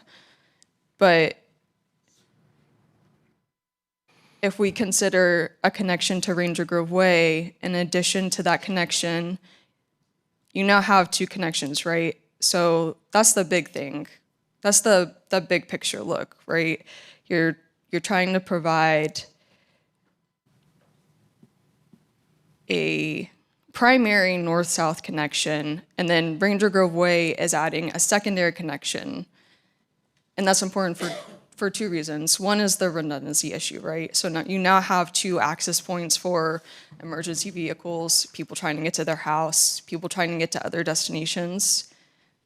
That's one thing, but also Ranger Grove Way has been built to a neighborhood local street standard, which is that narrow standard. And it's meant for 150 units, which is the size of the Peace River subdivision. So it's not meant to serve any sort of future development that might come online further south. That's why we need a connection that extends between Blue Run and as a primary corridor to get all the way south to Tar Heel Club Road. Okay, so it's basically looking long-term, trying to get to Tar Heel. Yeah, yes. And the time frame of that is probably, we have no idea, right? That's definitely consideration. It's very uncertain. Okay. But I would say we have the Peace River subdivision. There's a subdivision further south, the Blue Run subdivision. We've seen other applications for rezonings in this area. So I think all that should be considered as well. Okay. And I do want to say, first of all, thank you all, because transportation, you're doing what we ask to what are the alternatives, what are the ideas and things that we can look at. And the policy right now requires this street. And I think as a council, the question is, are we willing to make that change, that modification? I think that's the real issue here that we got to figure out. Because if we require it, staff is going to tell us what all the options are to have it. But the question is, as a council, are we going to require it? Okay, Councilmember Jones? Hi. Can you please speak to, at Planning Commission, was there discussion about this site and NCDOT? I know that there was some concern about equity in the past and how that property was handled. Can you review that for me? Sure. So to the best of my recollection, the conversation was largely focused around Pine Drive and the existing properties there, and not wanting to, I think there was a strong feeling that having this line on the map implies that we're going to be pushing people out of their homes, even though the street improvement requirements are tied to development, right? They're tied to subdivision and site plan review. So I think that was a big piece of it. Also, I don't know if there was an understanding that an alternative could be approved. I think this particular proposed street where it was showing going through, instead of being seen as sort of a conceptual connection that should be made, was seen as this is where the street will go. And I don't know if there was an understanding that there could be an approval, there could be a denial, or there could be an alternative. And there might have been more discussion about an alternative if that had been clear. Understood. I guess maybe what I'm just now seeing after looking at this case a few times, that parcel that has a house where the street would go through that is currently occupied. Yes. And I'm assuming that's where we're thinking about possibly kicking people out. That's what we're talking about, moving them to make this connection. If nobody ever moves from that house, we can't build the connection. Is that true? So I'll point back to the discussion that was had earlier. The street plan is a long-range plan, right? Not necessarily where the street. So earlier, Bynum talked about the connection potentially being through that site, but also potentially through this parcel. No, yeah. I forgot about that. Yeah, thank you. Councilmember Fort? Yeah, so I've heard a couple times that the Planning Commission may not have had all of the information or may not have been clear, but this case was fully presented to them, so someone would have had the opportunity to present all alternatives to them prior to them taking a vote. Is that not correct?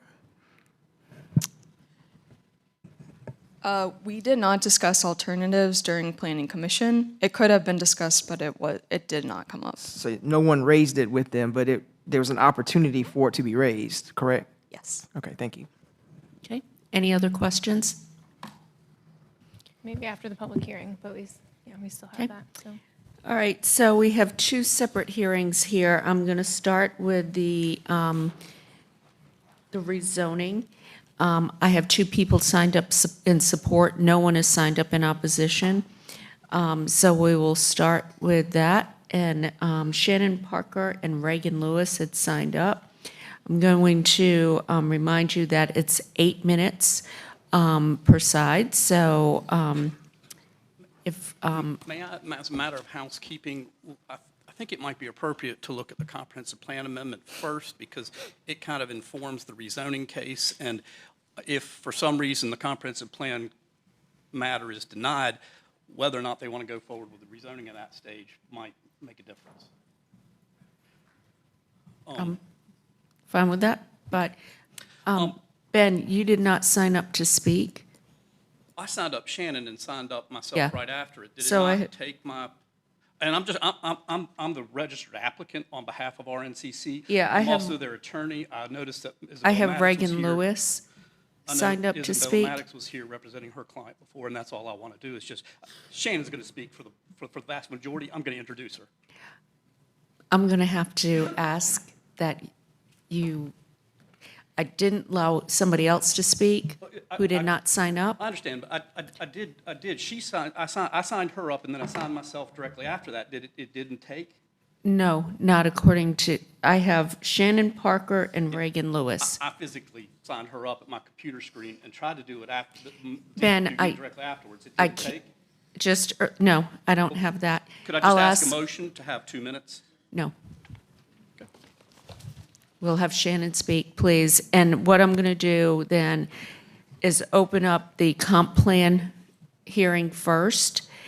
And we have one person signed up to speak, so you have 8 minutes, Shannon. Okay. Well, thank you all so much, Mayor and Council, for being here. I'm Shannon Parker, Chief Financial Officer for Raleigh North Christian Center, and I'm so honored and pleased that we have members of Raleigh North Christian Center who are here in support of both applications. And if you are here, I would just ask you to rise up if you are in support of our applications for the comprehensive plan as well as the rezoning. Thank you all for being here. You can have your seats. So you all, this year marks the 24th year that Raleigh North Christian Center has been in this city. We are a church. We're a multi-generational church. We are a church that has served the community, and we focus on helping individuals gain a connection with God that's lifestyle-based. We have 47 ministries, and we've done that so that we can be a lifestyle ministry. So we help individuals in the area of mental health. We have mental health certified licensed therapists who are actually part of our worship experience. If there's ever an area of crisis support, we have mental wellness leaders who are able to support those individuals. We've also adopted the school, Bern Elementary. It's a Title I school. It serves 680 students and 81 faculty members. We have supplied their food pantries all throughout the year. We support the teachers all throughout the year, and we are dedicated to seeing lives change. Now, 24 years ago when we actually started in my family's living room.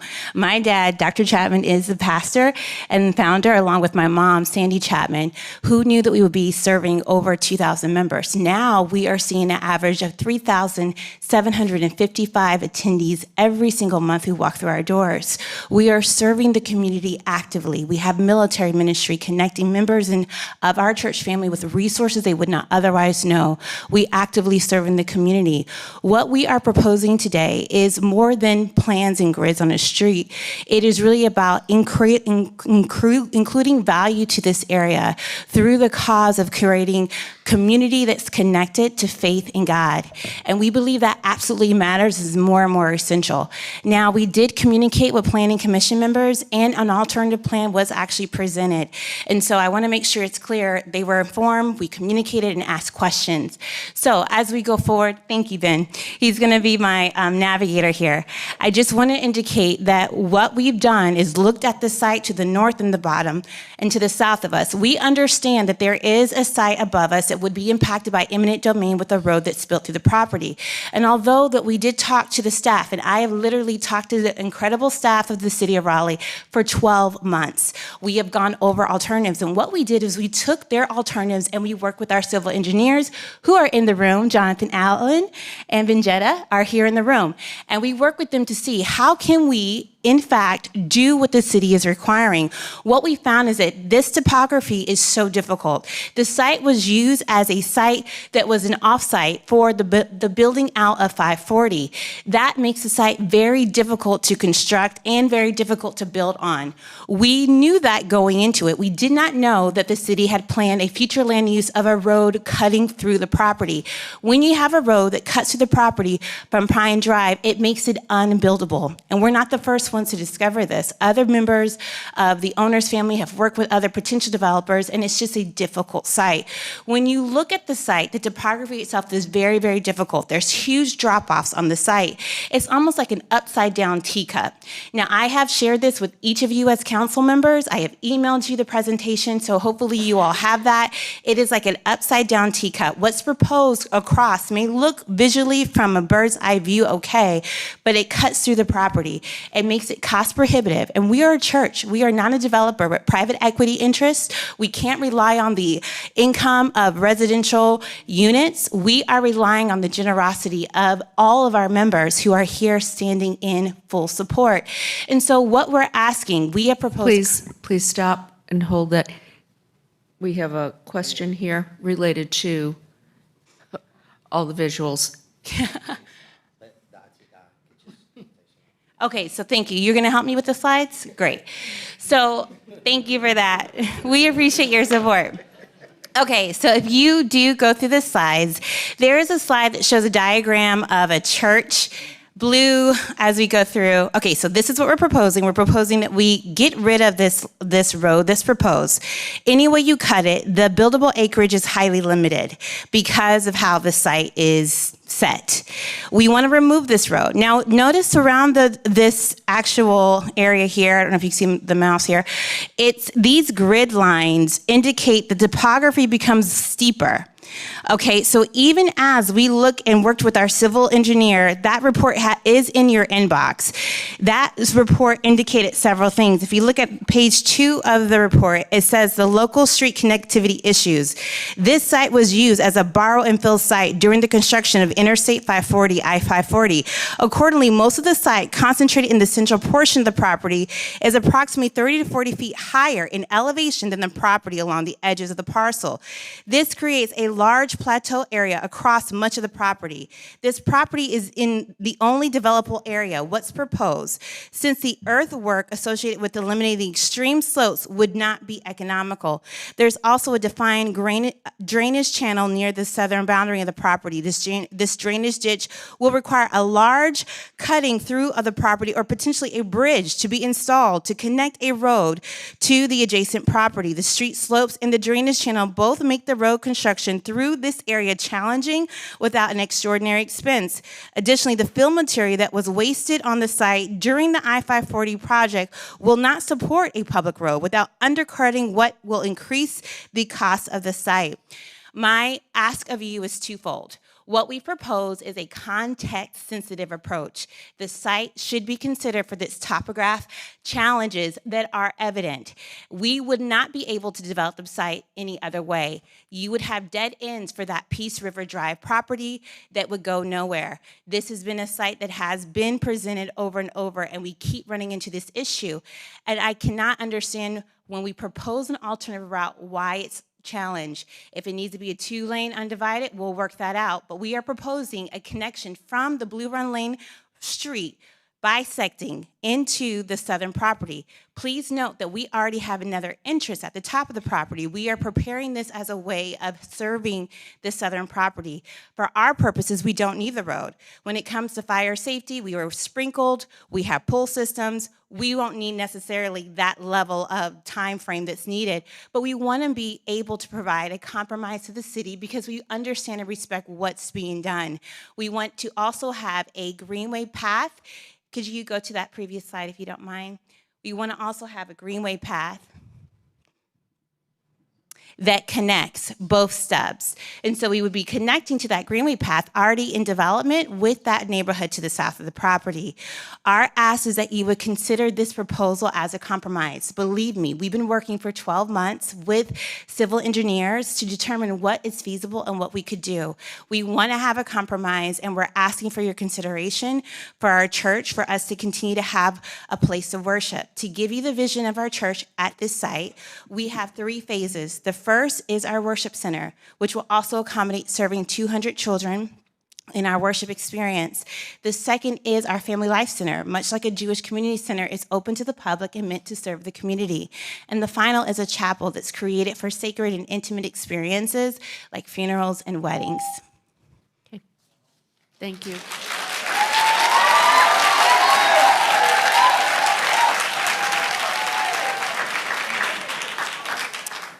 Folks, if we have outburst, we're going to have to ask you to leave. Please do not do that. We're conducting public business right now. That's not appropriate. Okay, the hearing is open. I wanted to know if anybody here had a question for Shannon. There might be comments, but maybe after we do the public hearing for the rezoning too.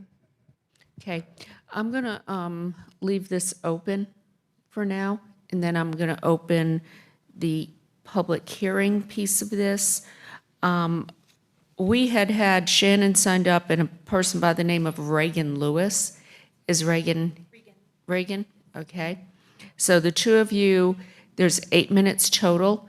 Please be mindful of that when you're speaking so you can share time. That's fine, I shouldn't need it. I am Regan Lewis. I am current owner of the land that is being discussed right now. I am not a great public speaker. I can't talk that fast, but I will try very hard, so I'm glad I took notes. This land has been in my family for nearly, and I'm sorry, I'll cry because I'm nervous. So, this land has been in my family for nearly 100 years, which is practically unheard of nowadays. As time moves on, things change, progress happens, and the area grows. We couldn't think of a better way to pass this land on. Church is something my great-grandparents were passionate about, who purchased this land around 1930, I believe. They were passionate about. To know this land would be used to support, encourage, sustain, and love our community. I know selling this land to a church, this church would honor my great-grandparents' memory. They would be so proud to know that this land will be what this land would be used for. I know they would approve.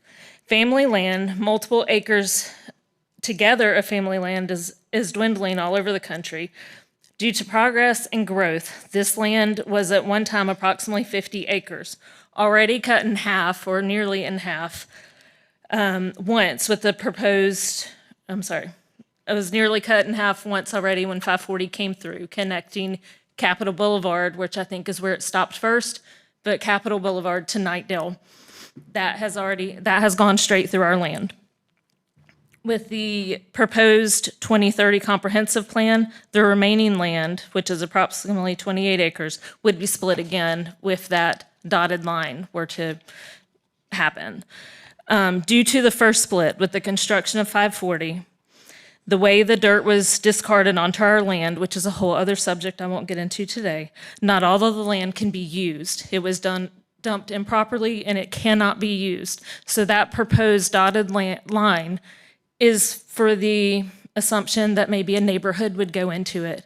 As Shannon stated, a neighborhood cannot be built on this land. It will cost an exuberant amount of money to make this land usable for that purpose, which we've had buyers back out. We've had people look at it and say it cannot be used. This is a way that the land can be used. This land was inherited by us, and its existing problems became ours, including flooding to the adjacent neighborhood, which you guys are seeing on Pine Drive when it rains a lot. This approval will allow a church to build. It will keep the land together. It will allow access to the greenway. There are some connectivity with Blue Run at one end of it. That road could be at some point in the future, because this is all proposed, that road could connect to Tar Heel Club. This approval will remove a huge burden from our family and allow a church with an amazing outreach program to move in. That's all I have. Okay, can you hold the timer? Shannon, do you have anything you would like to add? You have over 4.5 minutes Yes. left. I just want to say that we have spoken to the residents. We've had 2 neighborhood meetings at our church with the residents. The biggest complaint is the stormwater that runs into that area. And we have shared that being able to develop this land allows us to help to mitigate some of those issues with stormwater. Right now, their properties are being eroded in the foundation. And we know that we are a solution. We're asking for your consideration. We're asking for your support for helping to build our future, especially because Black churches do matter. They have a strong historical presence.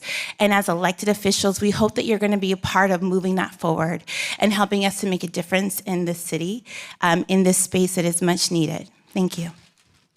Okay, we reserve that time. Does anybody have any questions for Shannon? Councilmember Harrison? Yeah. Hi. Thank you, Shannon. Good to see you. You too. I wonder if you could just speak to the road, if it were to be built as proposed. As far as I can tell, the church could still be built. It would not, interrupt that part of it. What would be I guess, your opportunity costs. So, like, what does that take away? Is it from parking? How much parking? Or what is the concern? The concern is having a public access road bisecting the property where we have family and children crossing a public street in the middle of the road. The second concern, really the most important concern, is that it is an engineering feat. One of the things, could you help me, sir, in the back, if you can click?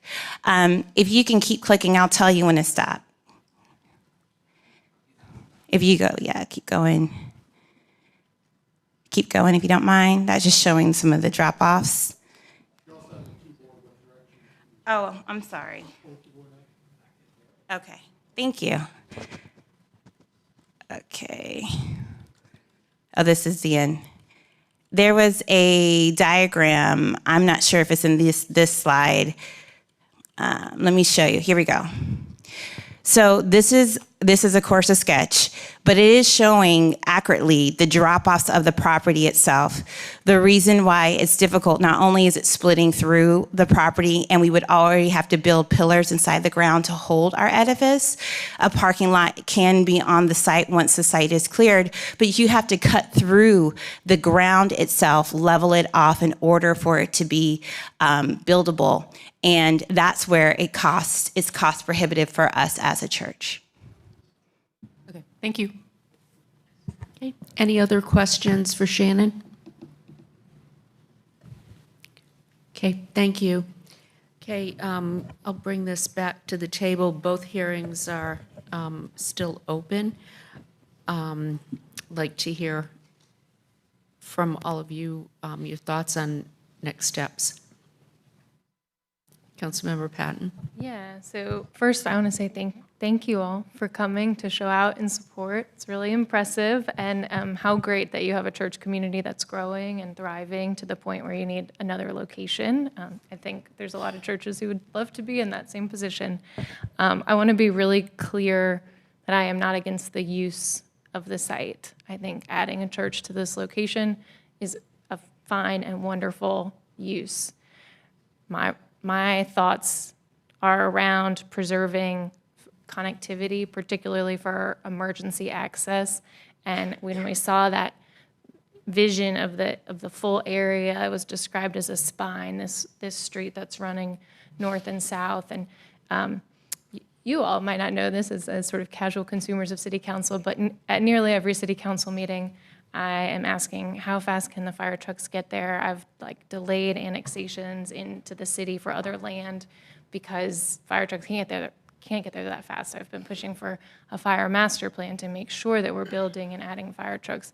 I want to make sure that emergency services, fire, police, EMS can access not only your facility, but all the residential that we can envision will come to the south of that area in the next 50 years or so. And I really am trying to look 30 and 50 years into the future of Raleigh. And I haven't yet been able to reconcile that taking out that street isn't going to be a long-term negative for the city. So I really do want to find a way to create a win-win. I know there's some significant challenges. I wonder if there's some stones we haven't turned over yet. I wonder if there's a way we could, instead of building a little bit of a street to plug into a tiny road and then some greenway, maybe we can build the street the rest of the way. I think there's some options, but I want to be really clear to you all that I'm not against the use, and I'm not against finding a way to an option that serves both of our purposes. And so if my colleagues are open to it, I would like to send this to the Transportation and Transit Committee for further exploration. So that's where I'm at. Councilmember Fort. Yeah, what I've heard today is that the church has worked for over 12 months to try to identify a solution. They presented some alternatives to the Planning Commission. I'm not sure where they got lost in the mix, but it sounds like they did make those presentations at the Planning Commission. Importantly, we don't have anybody signed up to speak in opposition to this rezoning or the comp plan amendment. Certainly, we've got several folks who've got an interest in this rezoning. They've shown up today. I think there's folks in overflow as well. So certainly they have a large output of the community is also important. And And what I also heard, I think Shannon say too, this is a church, they're not developers. Some of this would be cost prohibitive, and certainly looking at the timetable for the church, I imagine that also is a factor to be taken into consideration. I'm certainly ready to move forward to approve it today. I'm not really sure what can be accomplished by sending it to the committee when these alternatives and things have already been presented in front of the Planning Commission, and they've already received unanimous approval. So my thought would be if we as a council could come to some consensus to approve that we should make that motion today. We're going to be on recess for 6 or 7 weeks. So one question I do have, the property has not been sold yet. What is the deadline for that? Are we dealing with a deadline? Yes, thank you, Mayor. The property is contingent on the approval of the council for us to be able to move forward on the closing. The extended closing is October of this year. Okay, Councilmember Melton, Mayor Pro Tem. I have a few thoughts. Obviously, greatly respect Councilmember Patton's opinion and the amount of time and attention she gives to cases, particularly in her district. That said, I tend to agree with Councilmember Fort on this particular issue. I am a big connectivity person, and this public hearing process just today sitting at the table has been very helpful to me. Looking at this grid, and I've been pulling up Google Maps and your presentations, I quite frankly do not know what problem we're trying to solve by connecting Pine Drive to Peace River Drive. It all seems very speculative about if there's future development, if the person's home that the road may go through sells. They've conditioned a connection from Blue Run to Ranger Drive Way, which then connects to Peace River Drive. It just seems to me like there's a lot of speculation about what could be here when they've offered an alternative that I think accomplishes most of our goals and land that quite frankly sounds like it's just very challenged from the topography. And so I don't personally know what we would accomplish by sending this to committee, and if there were a motion to approve today, I would vote for it. Okay, Councilmember Branch and then Councilmember Jones. I would definitely, would agree with Councilor Fort and Mayor Pro Tem Melton. I did have one question for staff, and that question for staff is actually twofold. It's two questions. The first one is there any option today that was presented? Let me rephrase it. Is there anything left that could be presented as an option? Yeah, for this street. Bradley Campbell, Transportation. So you want to make sure I answer the question. You're asking, is there an alignment option? Yeah, is based on what was presented today, is there anything new that could be presented? I think staff has shown a willingness to be flexible and work with the applicant to find creative solutions. Staff on the site review side most certainly worked with the development on the south side, on the neighborhood to the south, and we were able to change the alignment of the road stubbing to the north. Right. And so we raised the grade of that in anticipation of extending it onto the applicant parcel. Okay. So we believe, staff believes there is a way to engineer through those obstacles. Are you saying you believe there's a way that's not cost prohibitive to go through? We believe we could work through that at the site review stage and be flexible and find a way to create the connectivity. So that would be at site review, though. Typically, we would work through that site review, yes, ma'am. So that would mean we Yeah. go through the process and then months or whatever it is later, you're saying you can work through something. Typically, that's when we would handle that level of detail. Correct. But that's if the requirement for connectivity is still in place. Correct. That would be if the policy is still in place for them to extend it, at which point we would work through, from a cost standpoint, if there's an opportunity for reimbursement, those details. Okay. Thank you for that information. It's helpful. But with that, with everything I've read, everything I've seen, again, something I stated earlier, I don't think this is a thing of could we build it with the right amount of money and the right amount of time? That, I think the answer to that is yes. For me, the question now is, should we build it? And with that, I don't believe we should, because even with one of the alternatives that was drawn, staff, you curve the street back to Blue Run Lane as an alternative because of Way Pine Drive. So that tells me that there's other options somewhere else where that could be done. So with that being said and seeing that drawn, if the motion was presented to move forward, I would. Otherwise, if it's sent to committee, it wouldn't be heard until August, which I'm over the committee. So you're saying if it I would was want to presented approve today, you would approve? I would. Councilmember Jones?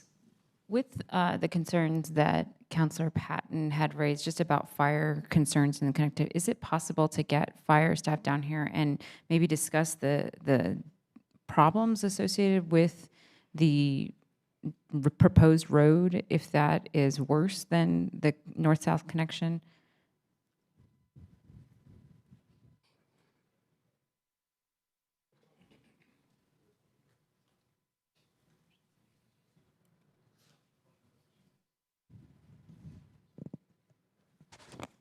Good afternoon, Herbert Griffin, the fire chief. What was the question as it relates to? Sure. So the proposed new road, instead of going the north-south, it's that small, the curve street. Does that present problems for response time in It's comparison? all based on DOT standards or the width of the street. And you saying the street's how long, the width of it? Because common apparatus are 33 feet long and roughly anywhere from 9 to 15 feet in width.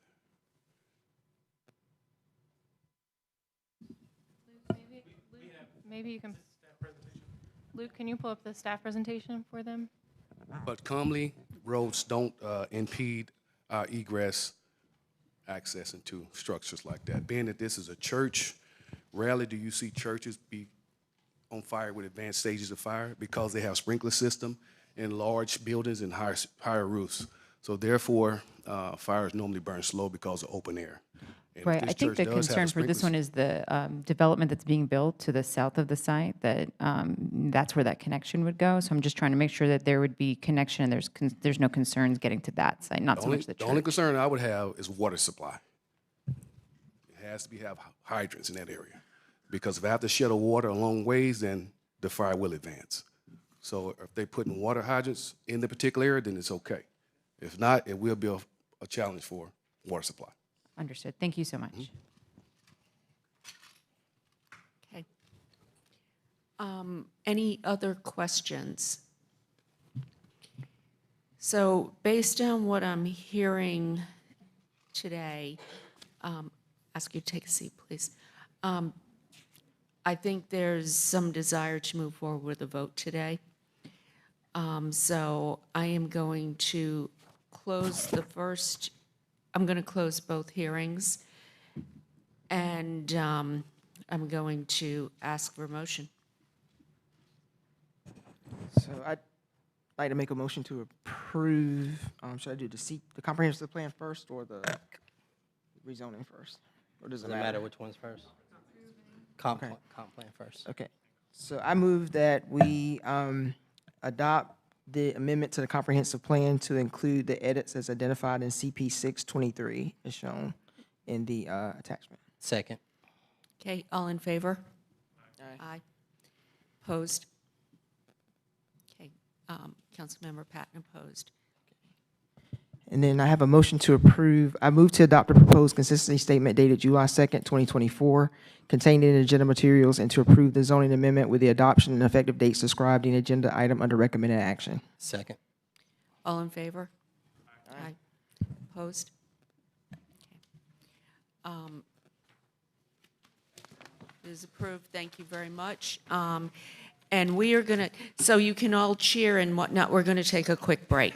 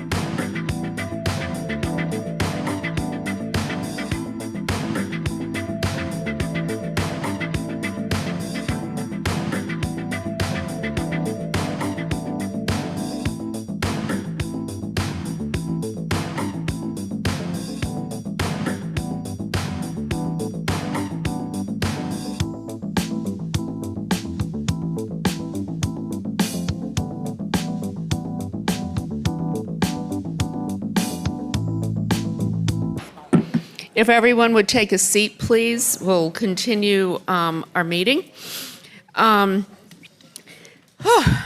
right, so next we have the report and recommendation of the EDI committee.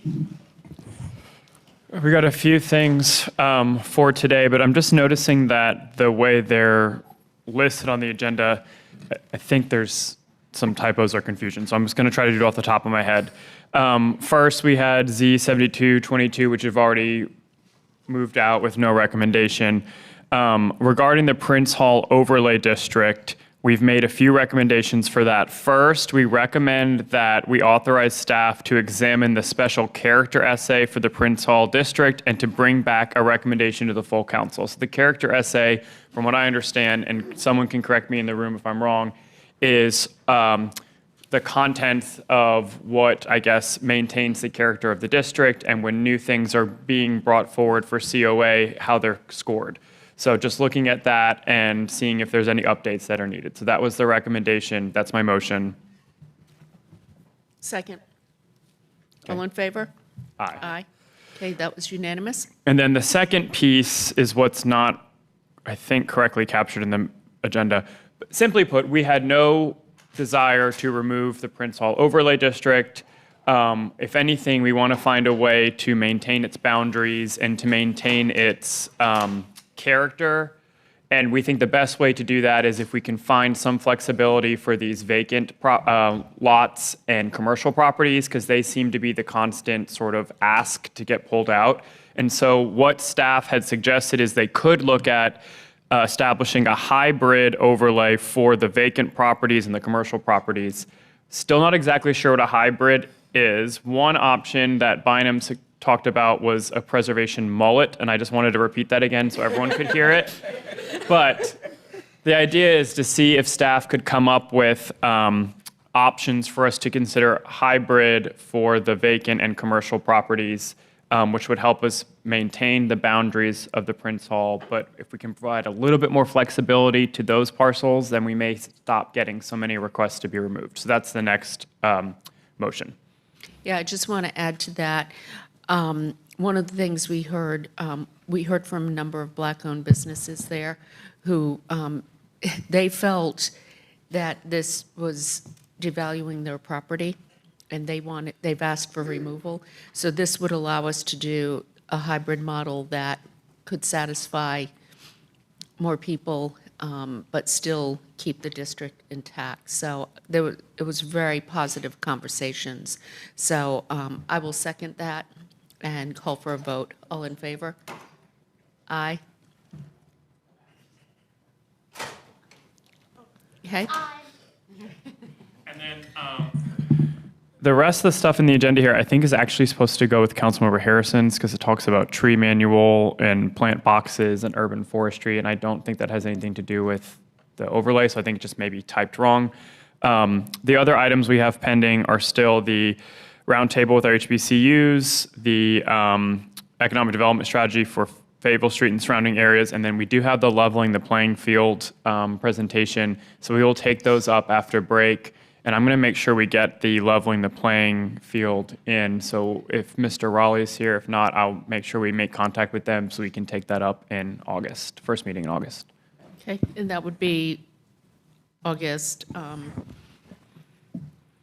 It would be, sorry, August 27th at 27th. 1:30 in the council chambers. Okay. Thank you. Next, we have growth and natural resources. We finished our discussion on litter, reviewing all of the city litter programs and opportunities to further pick up litter and just prevent litter from being in our city at all. And we did make several recommendations from the committee. So these are those recommendations. First, number one, to have additional opportunities for public information and outreach about the importance of individual responsibility for eliminating public and environmental impacts of litter. Number two, research or data collection opportunities to understand drivers of inappropriate disposal of waste. And then number three, alternative locations or service models that could replace waste disposal capacity from recently removed convenience centers and their proposed costs and impacts. So we have lost 2 convenience centers that are in central Raleigh, and so this would be an opportunity to explore ways to bring those services back in a manner that's more effective. So those are the 3 recommendations. That'll be my motion to see if there's council support for those items. All in favor? Aye. Anyone opposed? Okay, thank you. We also finished a conversation about tree protection and planning goals. Heard great presentations, again, from staff about our own efforts at the city to preserve a tree canopy, to plant new trees. And we heard from a lot of our community members who really care about this issue. And the committee made 2 recommendations. The first is that the Parks, Recreation, and Greenway Advisory Board, in their work plan, under the Sustainability, Wildlife, and Urban Trees Subcommittee, begin work on a non-regulatory master plan for tree conservation and planting. That was already discussed and approved earlier today. And then the second recommendation was that the City Council continue to work with staff to identify opportunities to incentivize tree planting and conservation in private development. So those are 2 recommendations, again, from the committee that were unanimous, and I'll put those forward as a motion to council as well. Second. All in favor? Aye. Anyone opposed? Okay, that was unanimous. Thank you. And our next meeting for GNR will be August 27th at 4 p.m. We're going to hear rezoning case Z3923, that's Now Road, and also a discussion around protecting the Falls Lake water supply watershed. Okay, thank you. Safe, Vibrant, and Healthy Community Committee. Our next meeting will be the 24th of September. And we will look at the revenue capture options then. And also, we'll look at the revenue capture options then. I want to get with staff on the other item. Thank you. Yes. And then transportation and transit. So we have one item that is pending, Brookside Drive Safety Initiatives. Our next meeting will be August 22nd, which is the 4th Thursday of the month in August, here in the chamber at 3 o'clock. Okay, thank you. Next, we have a report from Mayor and City Council. I'll start with Councilmember Harrison. Yeah, I just have one item. Let me bring it up. I would like to request a transportation committee meeting, likely in September, because I think we have some other topics. Councilmember Branch and I were discussing this earlier, and I've also talked to Mayor Pro Tem Melton about this. But it would be about bike lane design and implementation in the city. And we'd like to have a staff presentation on how we implement bike lanes, the types of products available for delineation and protection, design kind of concepts that we use. Also, like to hear a little bit more about how we're enforcing parking in bike lanes, preventing parking. I know that was already a manager's update request request, but that could also come in that presentation. And I'd also like to extend an invitation to any members of BPAC, so the Bicycle and Pedestrian Advisory Commission. I haven't been able to get up with Chair Nick Neptune yet, but I will. I'll ask him formally to join us. But if they would like to present or have any recommendations, particularly about bike lanes, how we design them, how we implement them around the city, that would be welcome. So I guess that's a motion to bring forward to committee. I'm fine with it. We'll look at it in September, but also mention Oaks and Spokes. Any other bicycle advocates that can also come and participate, and this should give staff time as well to pull together the presentation. That'd be great. Okay. And then I just wanted to add on, because at one of our previous transit meetings, we did ask for a map of the bike plan. And if we can just add, if we can see it there, since that was a few months ago, I would appreciate that. Thank you. Great. Sounds good to me. Hey, Councilmember Fort. Yeah, a couple of things. Had an opportunity to participate in Norman Bills Park, which is the wetland center. They created a new story place for small kids, and so it was a great turnout for that, and a great opportunity to honor Mr. Norman Camp, who's did a lot of phenomenal work as it relates to preservation and environmental cleanup, particularly in Southeast Raleigh.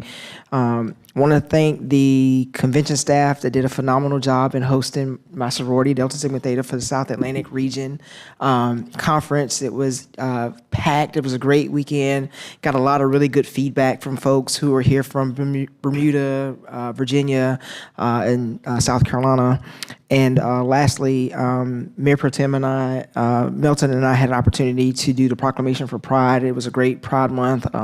There were a lot of activities. I think Councilmember Harrison and I were at the same Courage game. Didn't necessarily realize we were there together to celebrate Pride, but it was a great month and a lot of great events. Thank you. Councilmember Jones. Just two things. Thank you to staff for inviting me to the Disability Caravan at Dick's Chapel last week. It was a great event. Met many residents who rely on our access program to get around, and I thought it was a fantastic event. So thanks for that. And then lastly, I will continue to have my community meetings each month. So I will have my next community meeting on July 10th at 6 p.m., but this time it's going to be virtual. So I will send out that link, and you can go to my website at christinaforraleigh.com and sign up for the newsletter to find that link for next Wednesday. Thank you. Councilmember Branch. Definitely. First of all, I want to thank Councilman Fort for bringing this issue of trash concern up to council and the other items at the last meeting, which I was sick.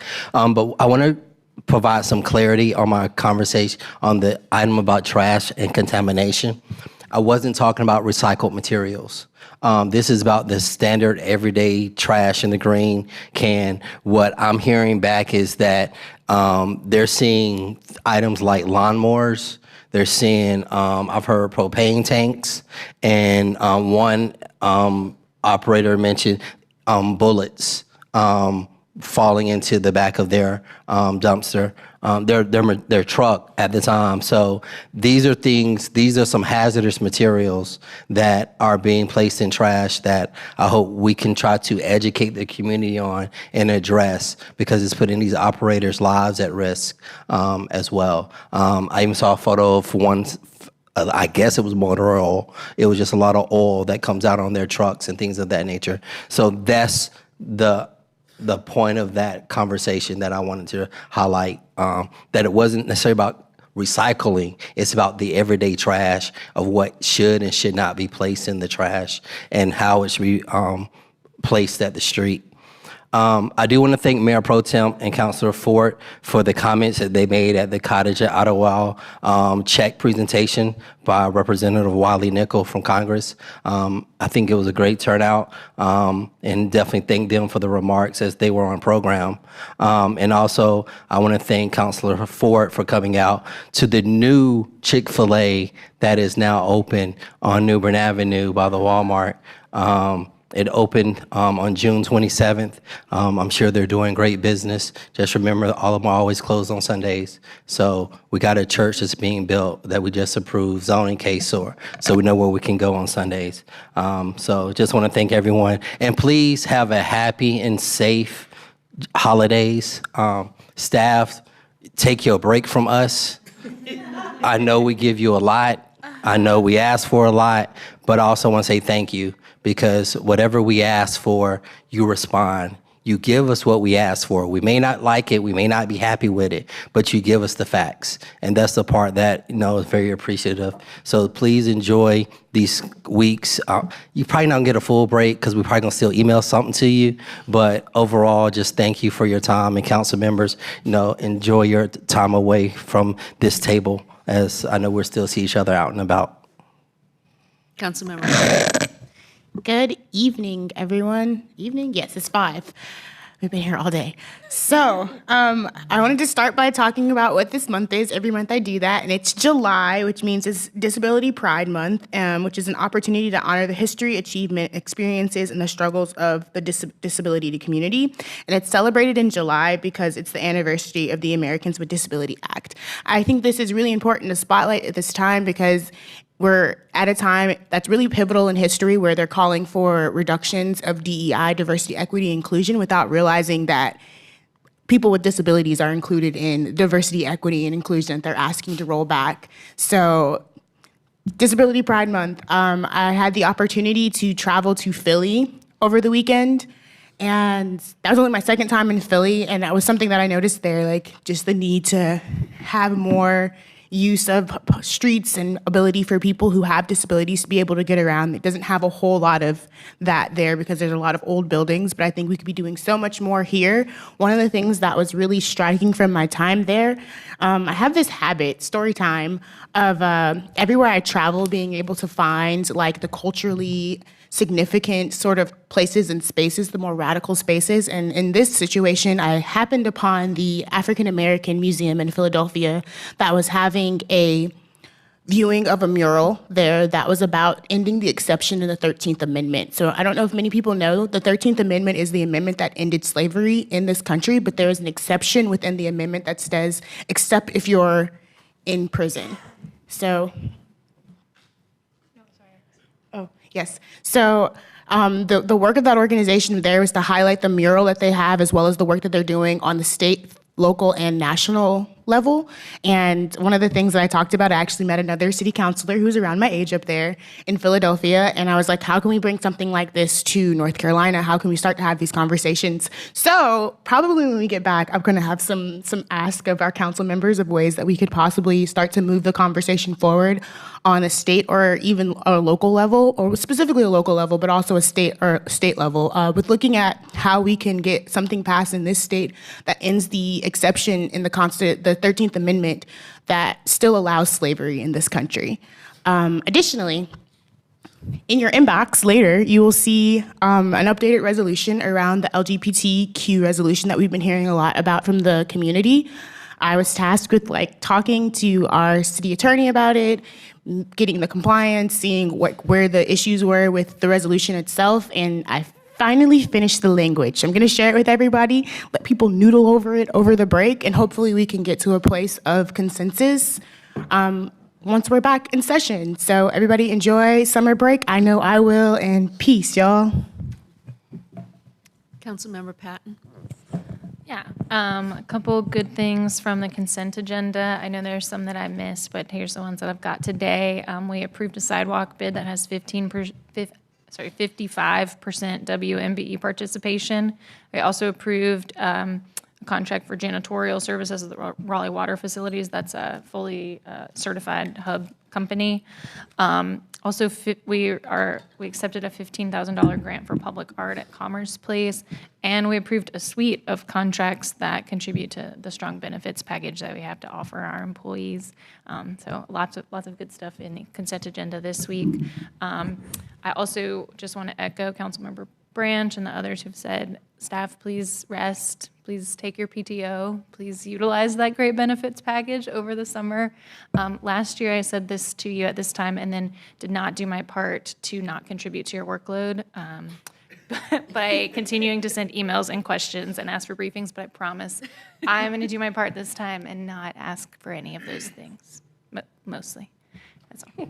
Mayor Pro Tem. I have no report. Okay, I have a couple of items. First, one of the things that I attended past month was the U.S. Conference of Mayors in Kansas City. And it was one of the hot topics of conversation was the need for more passenger regional rail. That came up again and again and again. And it was just a reminder of me yesterday when we had Secretary Pete here, the governor and whatnot, celebrating the kickoff of the first phase of the S-Line project, which will bring high-speed regional rail from here to Richmond, but it also cuts off time to Washington, D.C. And I just want to acknowledge how fortunate we are that this investment, over $1 billion, is being made in our community for this type of connectivity. And I also want to recognize NCDOT for their work. They have done a great job forming relationships and getting out there and bringing in this funding. So that's one thing. The other was a conference called Greater and Greener. It was all focused on parks. And I want to acknowledge Stephen Bentley and his team for being there. I was asked to speak with a panel of mayors from Seattle and Bellevue, Washington. It was a great discussion on what we're all doing in the area of parks and equity, whatnot, but it was a great learning experience, and I just want to say thank you for having me, and Stephen, thanks for your team for being there and being so engaged. It was really awesome. And then finally, just on a kind of a sad note, I just wanted to mention Michael Lester, who passed away last week. Michael was a friend, 28 years, but he also was well known in our theater and arts community, and he was a character, to say the least. He was known for playing Santa. Lots of kids got to know Michael over the years, and I just want to say that he will be missed, and I can only imagine what his celebration of life will be like. So just wanted to have that memory there. Thank you.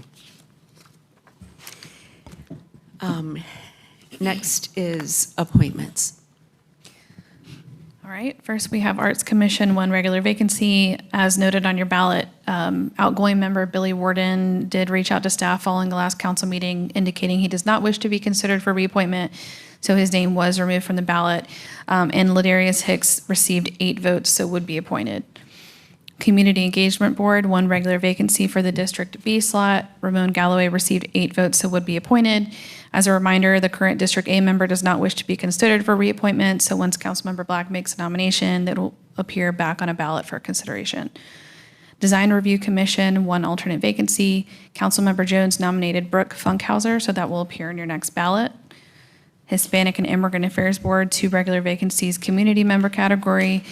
Tammy Loza received 8 votes, so would be appointed. And for the remaining vacancy, Councilmember Jones nominated Jorge Santana, and Councilmember Patton nominated Sana Siddiqui. I'm sorry if I mispronounced that. So both of those names will be on your next ballot for consideration. Hispanic and Immigrant Affairs Board, one alternate vacancy, professional category, no nominations there, so that will be carried over to your next ballot. Parks, Recreation, and Greenway Advisory Board, one regular vacancy. Cassidy, can I jump in? Sorry, I'm speeding through. Oh, you're good. Councilmember Jones, I just want to confirm, Jorge is eligible for the professional category? Right, Yeah. he is. Could we move Jorge to the professional Sure. vacancy and have those on the ballot that way? So thank you. Sure. Parks, Recreation, and Greenway Advisory Board, Mr. Breckbill did receive 2 votes, but if the council concurs with the Parks Board recommendation earlier to delay appointments, this could just be brought back once the board has a recommendation. And we do have 5 more vacancies in September coming up, which is probably how this conversation got going with them. So that would be 6 total. The outgoing member has her term expired in mid-June, but she's still serving until replaced. So it would give her a little more time, but I'll bring back all 6 of those if you guys are okay with that, once the Parks Board has a recommendation. Yeah, we already voted on that today, Oh, so that was part of the work plan. So we'll Yeah. be, We're happy to confirm their request to hold it until the fall. Yeah, so they created in their work plan for this year the nominations committee, but the separate request I was referring to was holding the vote today. yes. And one of the things I would like to see is when they bring back that information, different categories. Like, so we see somebody has a background in whatever, like what their needs are, instead of just, here's the nominations. Okay. Kind of like what we do for some of the other committees. I can ask them to, or pass along the information for them to specify the desired skill sets and who meets what. Raleigh Convention and Performing Arts Centers Authority, 1 regular vacancy. Carolyn Briggs-Gall received 2 votes. Christine McDonald, 6, so would be appointed. And Raleigh Transit Authority, 1 alternate vacancy. A few nominations were made here. Johnny Lee Thomas was nominated by Councilmember Jones. Councilmember Patton nominated Diane Olson, and Councilmember Harrison and Mayor Pro Tem Melton both nominated Cameron Zamet. So those 3 names will be coming back for consideration. No new announcements today under nominations. And that's it. Okay. Next, we have the report of the city attorney. No report. Okay, then we have the report of the city clerk. Mayor and Council, you have minutes from the June 18th council proceedings submitted for consideration of approval. Move for approval. All in favor? Aye. Aye. Okay, that was unanimous. Thank you very much. We do have closed session. A motion is in order to enter closed session pursuant to GS 143-318-11A6 to consider the performance of an individual public officer or employee, and then GS 143-318-11A2 to prevent the disclosure of an honorary degree, scholarship prize, or similar award. Do we have a second? Second. All in favor? Aye. Okay.